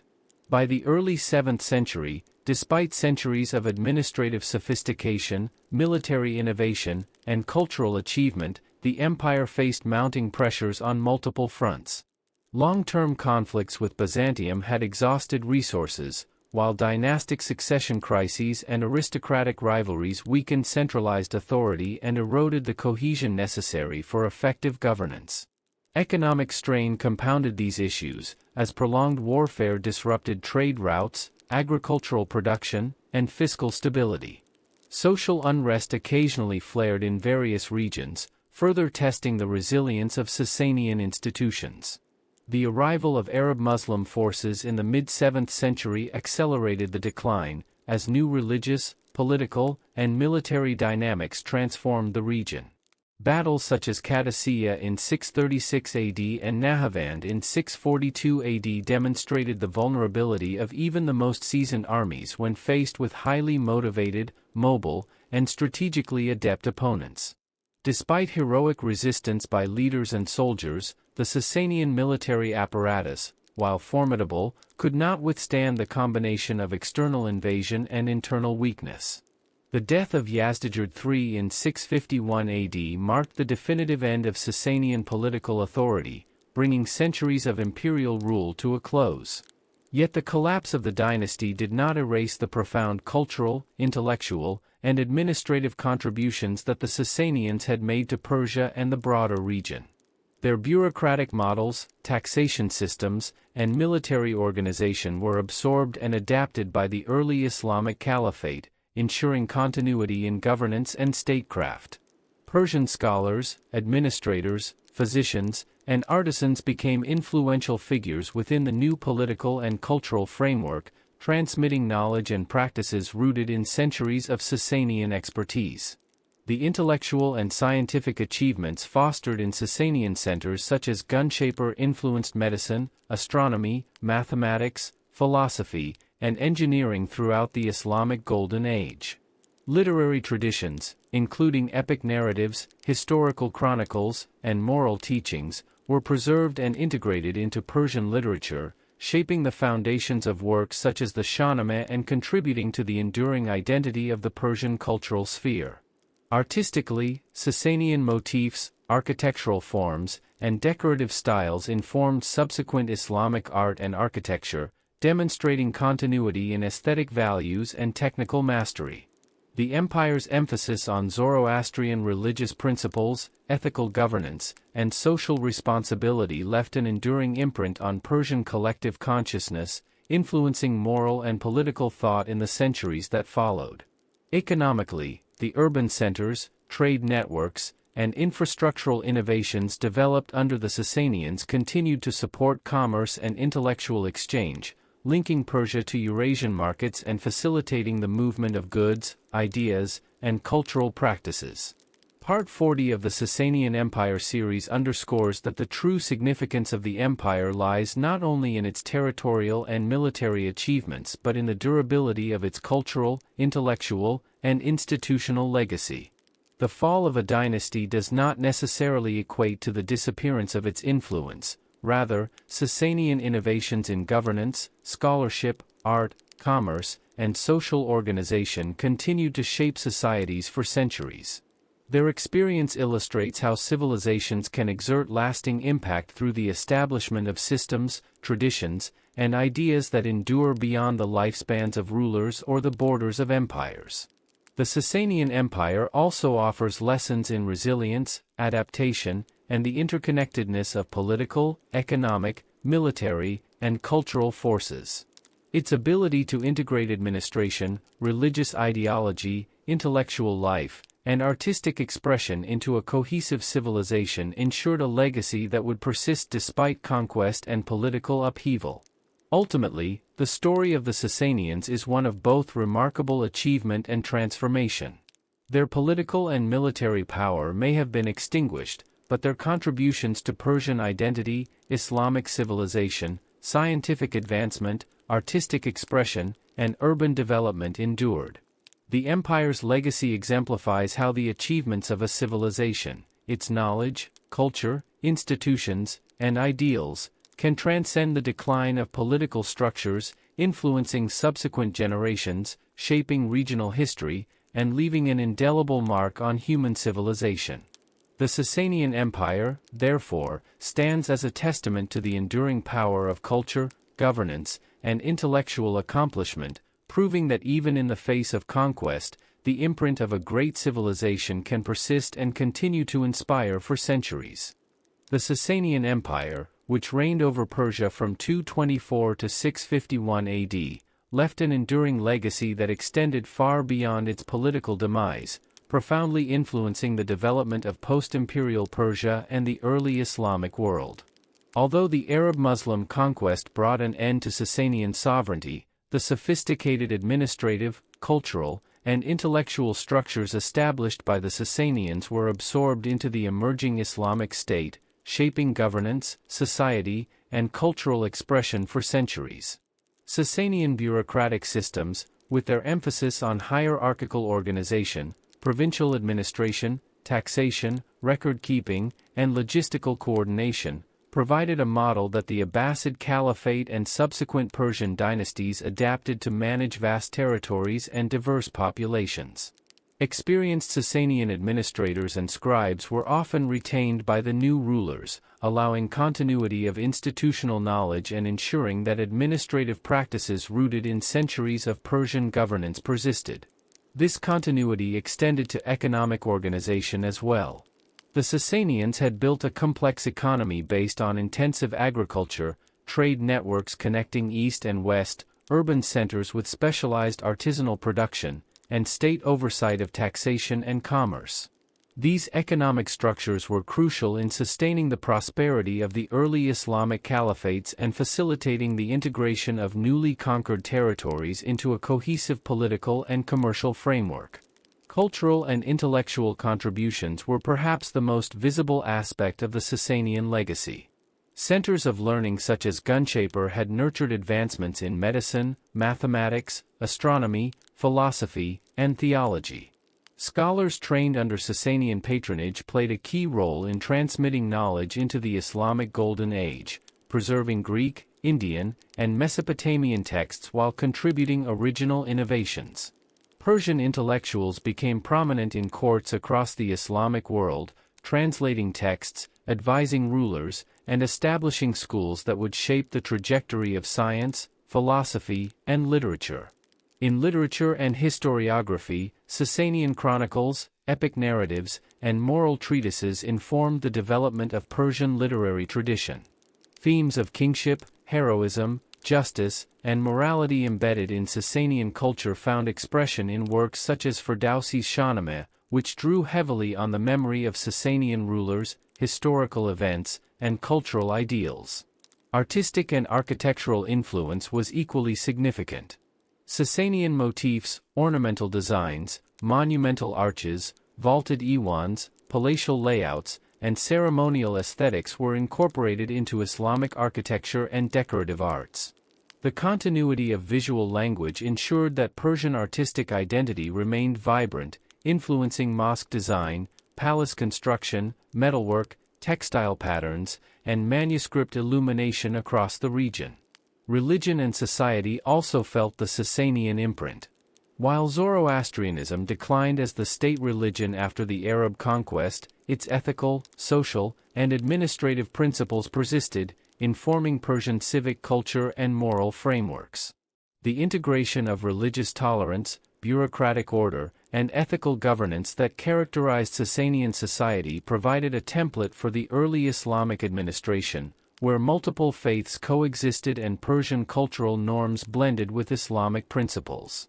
Part 41 of the Sassanian Empire series emphasizes that the empire's influence was not confined to any single domain but permeated governance, economy, scholarship, literature, art, and social organization.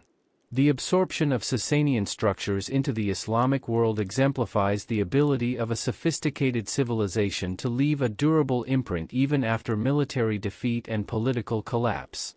Moreover, the Sassanian legacy contributed to the formation of a distinctly Persian-Islamic cultural synthesis, wherein pre-Islamic administrative practices, scientific knowledge, artistic conventions, and literary forms combined with Islamic religious and political frameworks to create a dynamic, enduring civilization.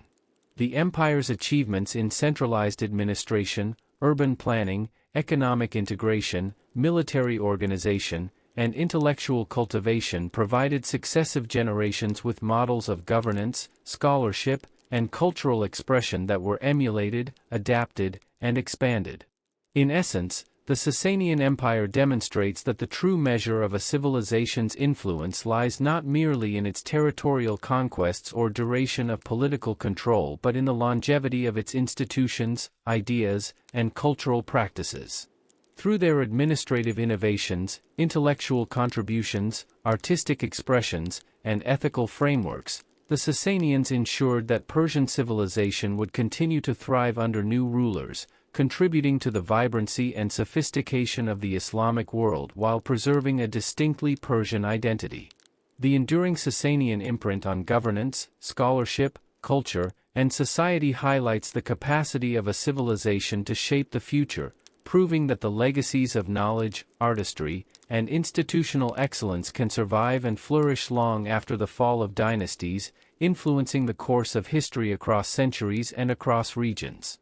The Sassanian Empire, which ruled Persia from 224 to 651 AD, was remarkable not only for its political, military, and cultural achievements but also for its profound contributions to science, medicine, and intellectual development, establishing foundations that would influence the Islamic Golden Age and beyond.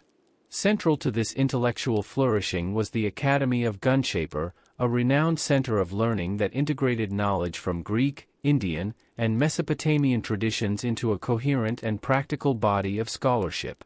Scholars at Shapur studied medicine, astronomy, mathematics, philosophy, and theology, emphasizing systematic observation, experimentation, and documentation, which created an enduring legacy of analytical and empirical inquiry.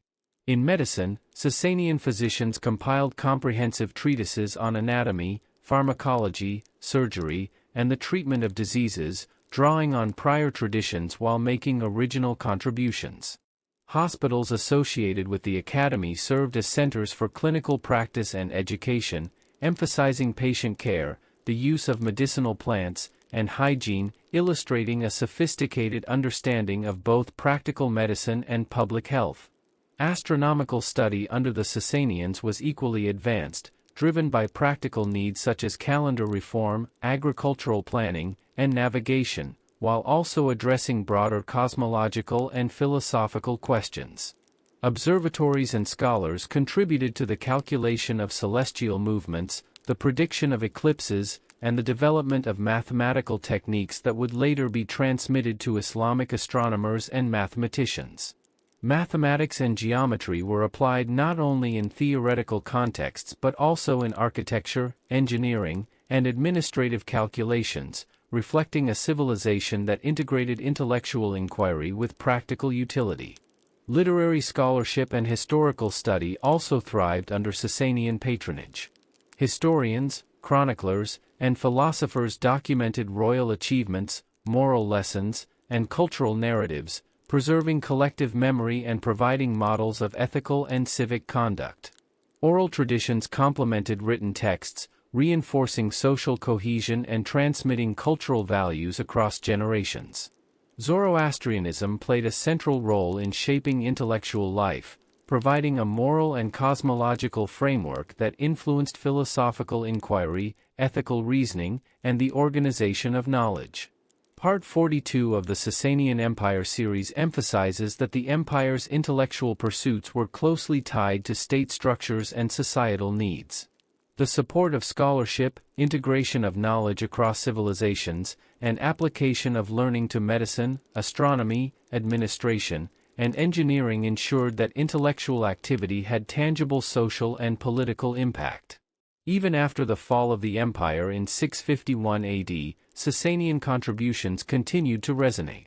Scholars and physicians migrated to centers of learning in the early Islamic world, transmitting medical knowledge, scientific methods, and philosophical ideas that became cornerstones of the Islamic Golden Age.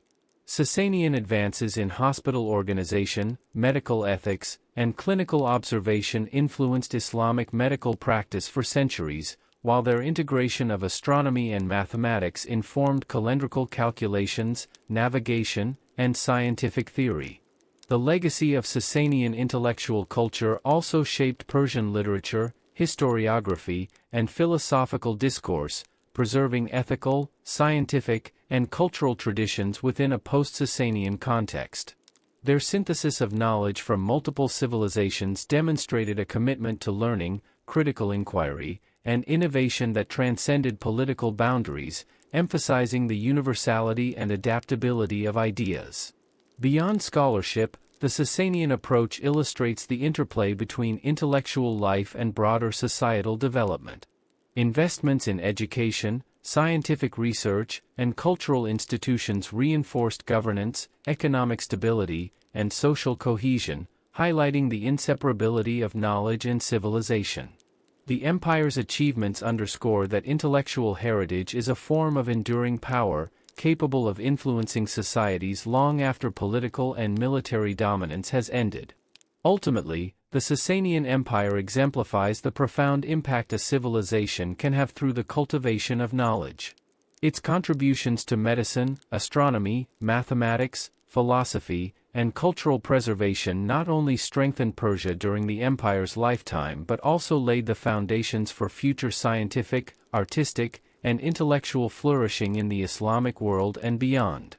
The Sassanian emphasis on systematic inquiry, cross-cultural synthesis, and the application of knowledge to practical and ethical concerns ensured that its intellectual legacy would endure for centuries, proving that the true measure of a civilization lies in its capacity to generate ideas, preserve wisdom, and inspire subsequent generations in the pursuit of knowledge, innovation, and cultural achievement.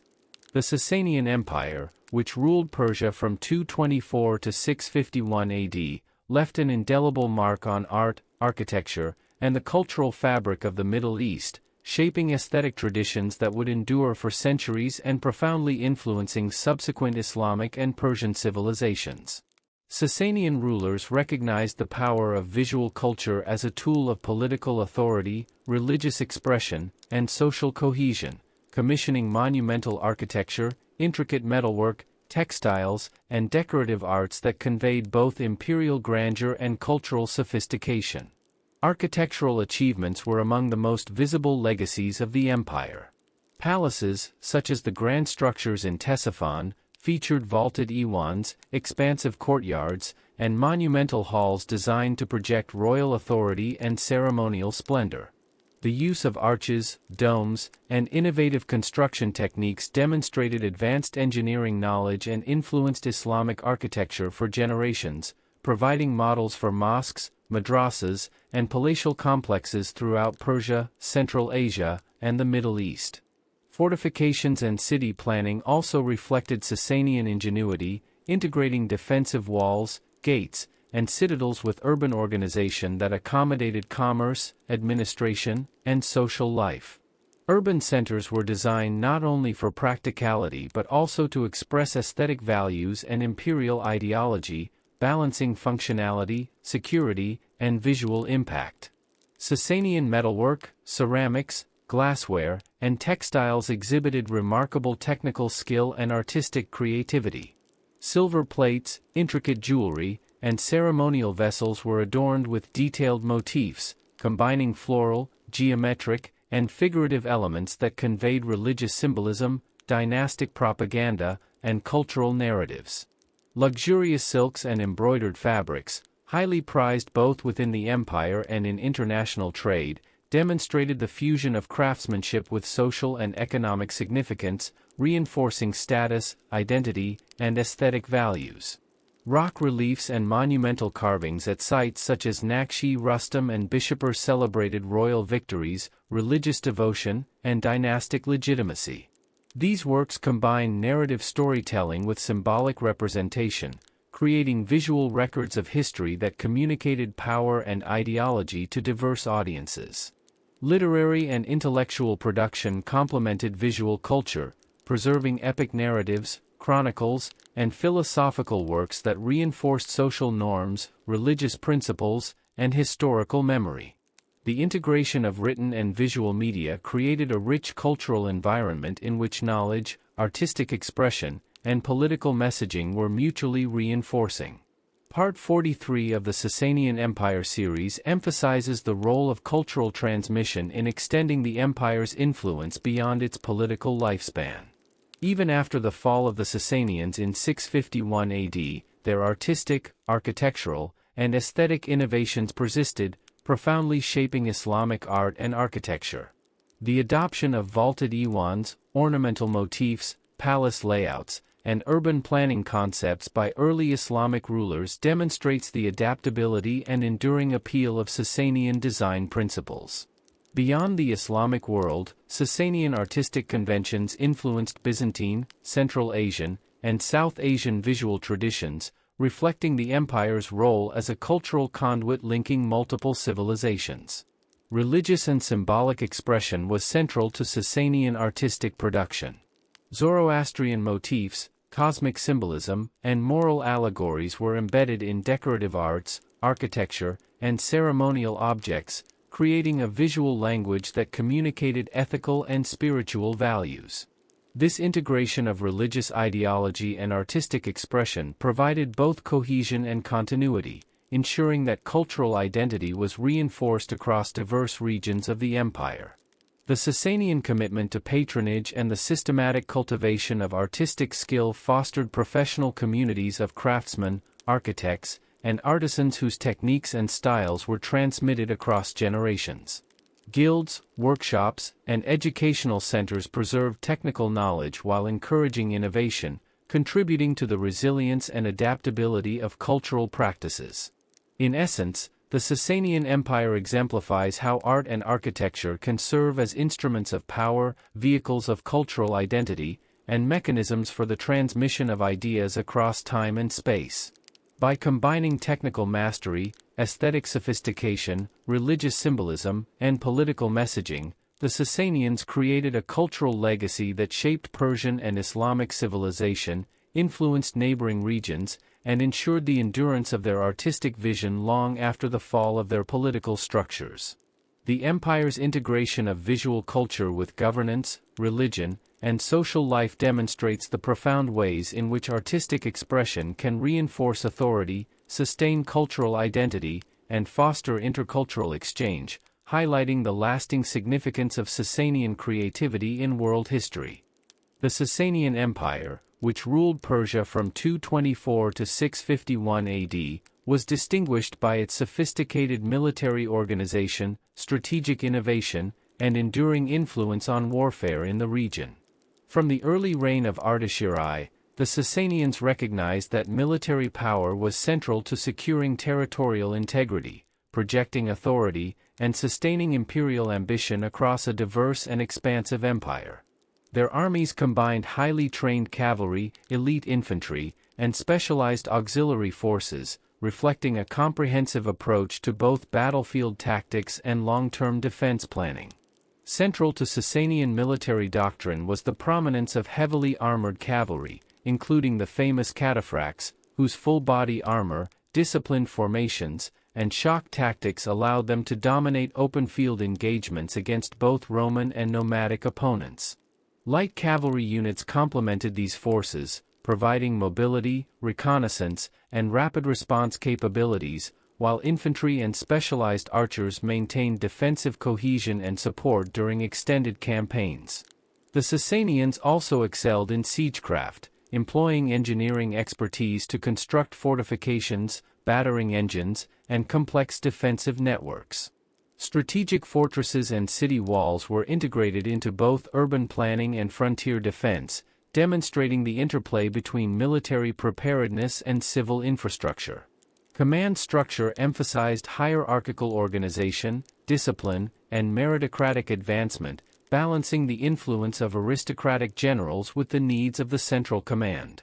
Provincial governors often acted as military leaders, coordinating local forces with imperial campaigns, ensuring rapid mobilization, and maintaining loyalty to the Shahanshah.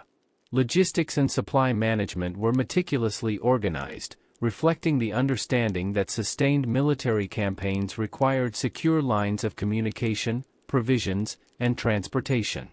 The empire's extensive road networks, storage depots, and administrative coordination allowed armies to maneuver across diverse terrains, from the mountains of northern Persia to the deserts of Mesopotamia, maintaining operational effectiveness in both offensive and defensive operations.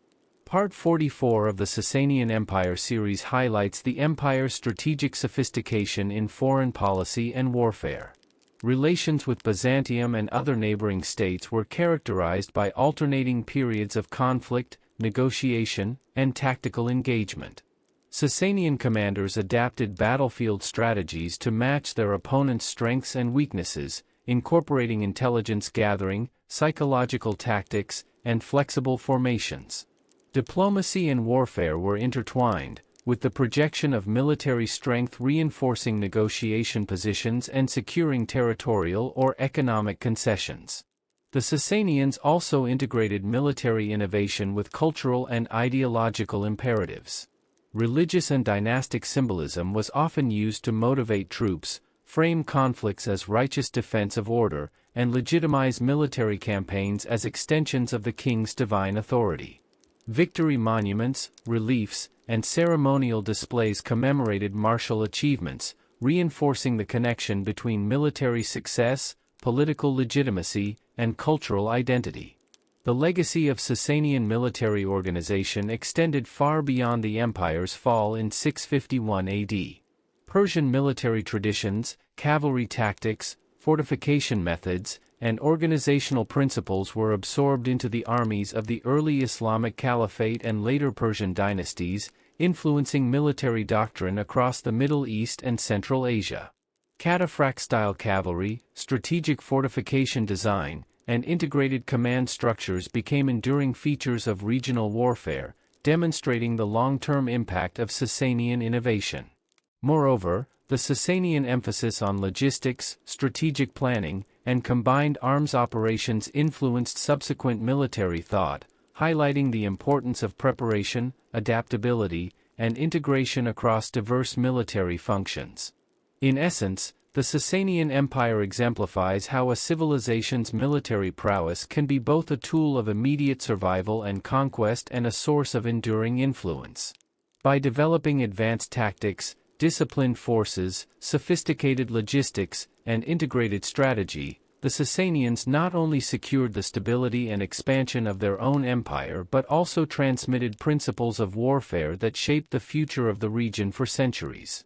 Their military legacy demonstrates the interconnectedness of political authority, technological innovation, cultural values, and strategic planning, illustrating that the effectiveness and endurance of an empire are closely tied to the sophistication and adaptability of its armed forces.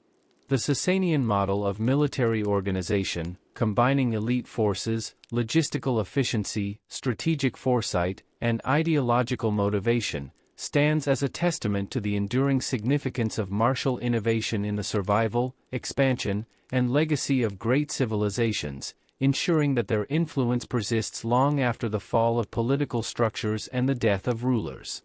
The Sassanian Empire, which ruled Persia from 224 to 651 AD, established a highly organized and hierarchical society that combined legal codification, social stratification, and cultural cohesion to sustain a vast and diverse population. From the early reign of Ardashir I, the Sassanians sought to unify their empire not only through military conquest and centralized administration but also through a structured social order reinforced by laws, religious principles, and customary practices. At the apex of this social hierarchy was the Shahanshah, the King of Kings, whose authority was legitimized both by hereditary succession and by divine sanction, reflecting Zoroastrian concepts of kingship as the protector of truth, Asha, and the enforcer of justice. Below the monarch, a complex aristocracy wielded significant influence, often controlling land, military forces, and regional administration, while simultaneously being bound by loyalty to the crown. Nobles were responsible for local governance, tax collection, and military mobilization, creating a network of delegated authority that allowed the central government to maintain cohesion across the empire's vast territories. The clergy, particularly Zoroastrian priests, played a central role in social regulation, legal oversight, and moral guidance. Fire temples were not only places of worship but also centers of education, dispute resolution, and community organization, reinforcing the connection between religion, law, and civic life. Zoroastrian law influenced both civil and criminal matters, emphasizing fairness, social responsibility, and the ethical obligations of rulers and citizens alike. Commoners, including farmers, artisans, and merchants, formed the backbone of the economy and urban life. Land tenure, agricultural production, and trade were regulated within legal frameworks that sought to balance individual rights with communal stability. Merchants and craftsmen were organized into guilds or professional associations, ensuring quality control, transmission of skills, and protection of commercial interests, while also fostering social networks that supported civic and cultural cohesion. Slavery existed within the Sassanian social system, but it was regulated by both law and custom, reflecting broader ethical considerations in Zoroastrian thought. Slaves were often integrated into households, agricultural labor, or artisanal production, and their treatment was constrained by moral codes emphasizing justice and humane conduct. Women in Sassanian society occupied varied roles depending on social class and regional customs. Aristocratic women could exercise influence in courtly life, property management, and dynastic politics, while common women contributed to agricultural labor, artisan production, and household management. Legal texts and religious teachings outline their rights and responsibilities, creating a framework for social participation within the patriarchal structure. Part 45 of the Sassanian Empire series emphasizes the codification of laws and the administration of justice as cornerstones of social stability. Royal decrees, provincial regulations, and customary practices were harmonized to maintain order, resolve disputes, and enforce ethical conduct. Courts administered by both secular and religious authorities ensured that justice reflected both legal precedent and moral principles, reinforcing the legitimacy of state authority. Education and intellectual cultivation were integrated into social structure, with priests, scribes, and scholars transmitting knowledge, ethical norms, and cultural values. Literacy, record-keeping, and scholarly activity were essential not only for governance but also for preserving cultural memory and fostering civic identity. Despite the hierarchical nature of Sassanian society, mechanisms existed to manage conflict, regulate obligations, and ensure social cohesion. Tribute, taxation, military service, and communal labor were framed as responsibilities that reinforced loyalty to the state and the moral order, while ceremonial events, festivals, and religious observances provided shared experiences that strengthened collective identity. The legacy of Sassanian social structure persisted beyond the empire's fall in 651 AD, influencing the administrative, legal, and cultural organization of early Islamic Persia. Principles of governance, taxation, legal codification, urban administration, and social hierarchy were adapted by successor states, ensuring continuity in Persian social organization. Moreover, the integration of ethical, religious, and civic principles created a model in which law, society, and moral responsibility were intertwined, demonstrating the enduring value of cohesive social structures in sustaining political stability and cultural identity. Ultimately, the Sassanian Empire illustrates how a civilization can achieve longevity and influence not merely through military might or territorial expansion but through the careful organization of society, the codification of laws, and the integration of moral and religious principles into daily life. By balancing hierarchy with social responsibility, central authority with local administration, and legal regulation with ethical guidance, the Sassanians created a society capable of enduring internal challenges, managing diversity, and leaving a lasting imprint on the governance, culture, and social norms of the Persian world for centuries.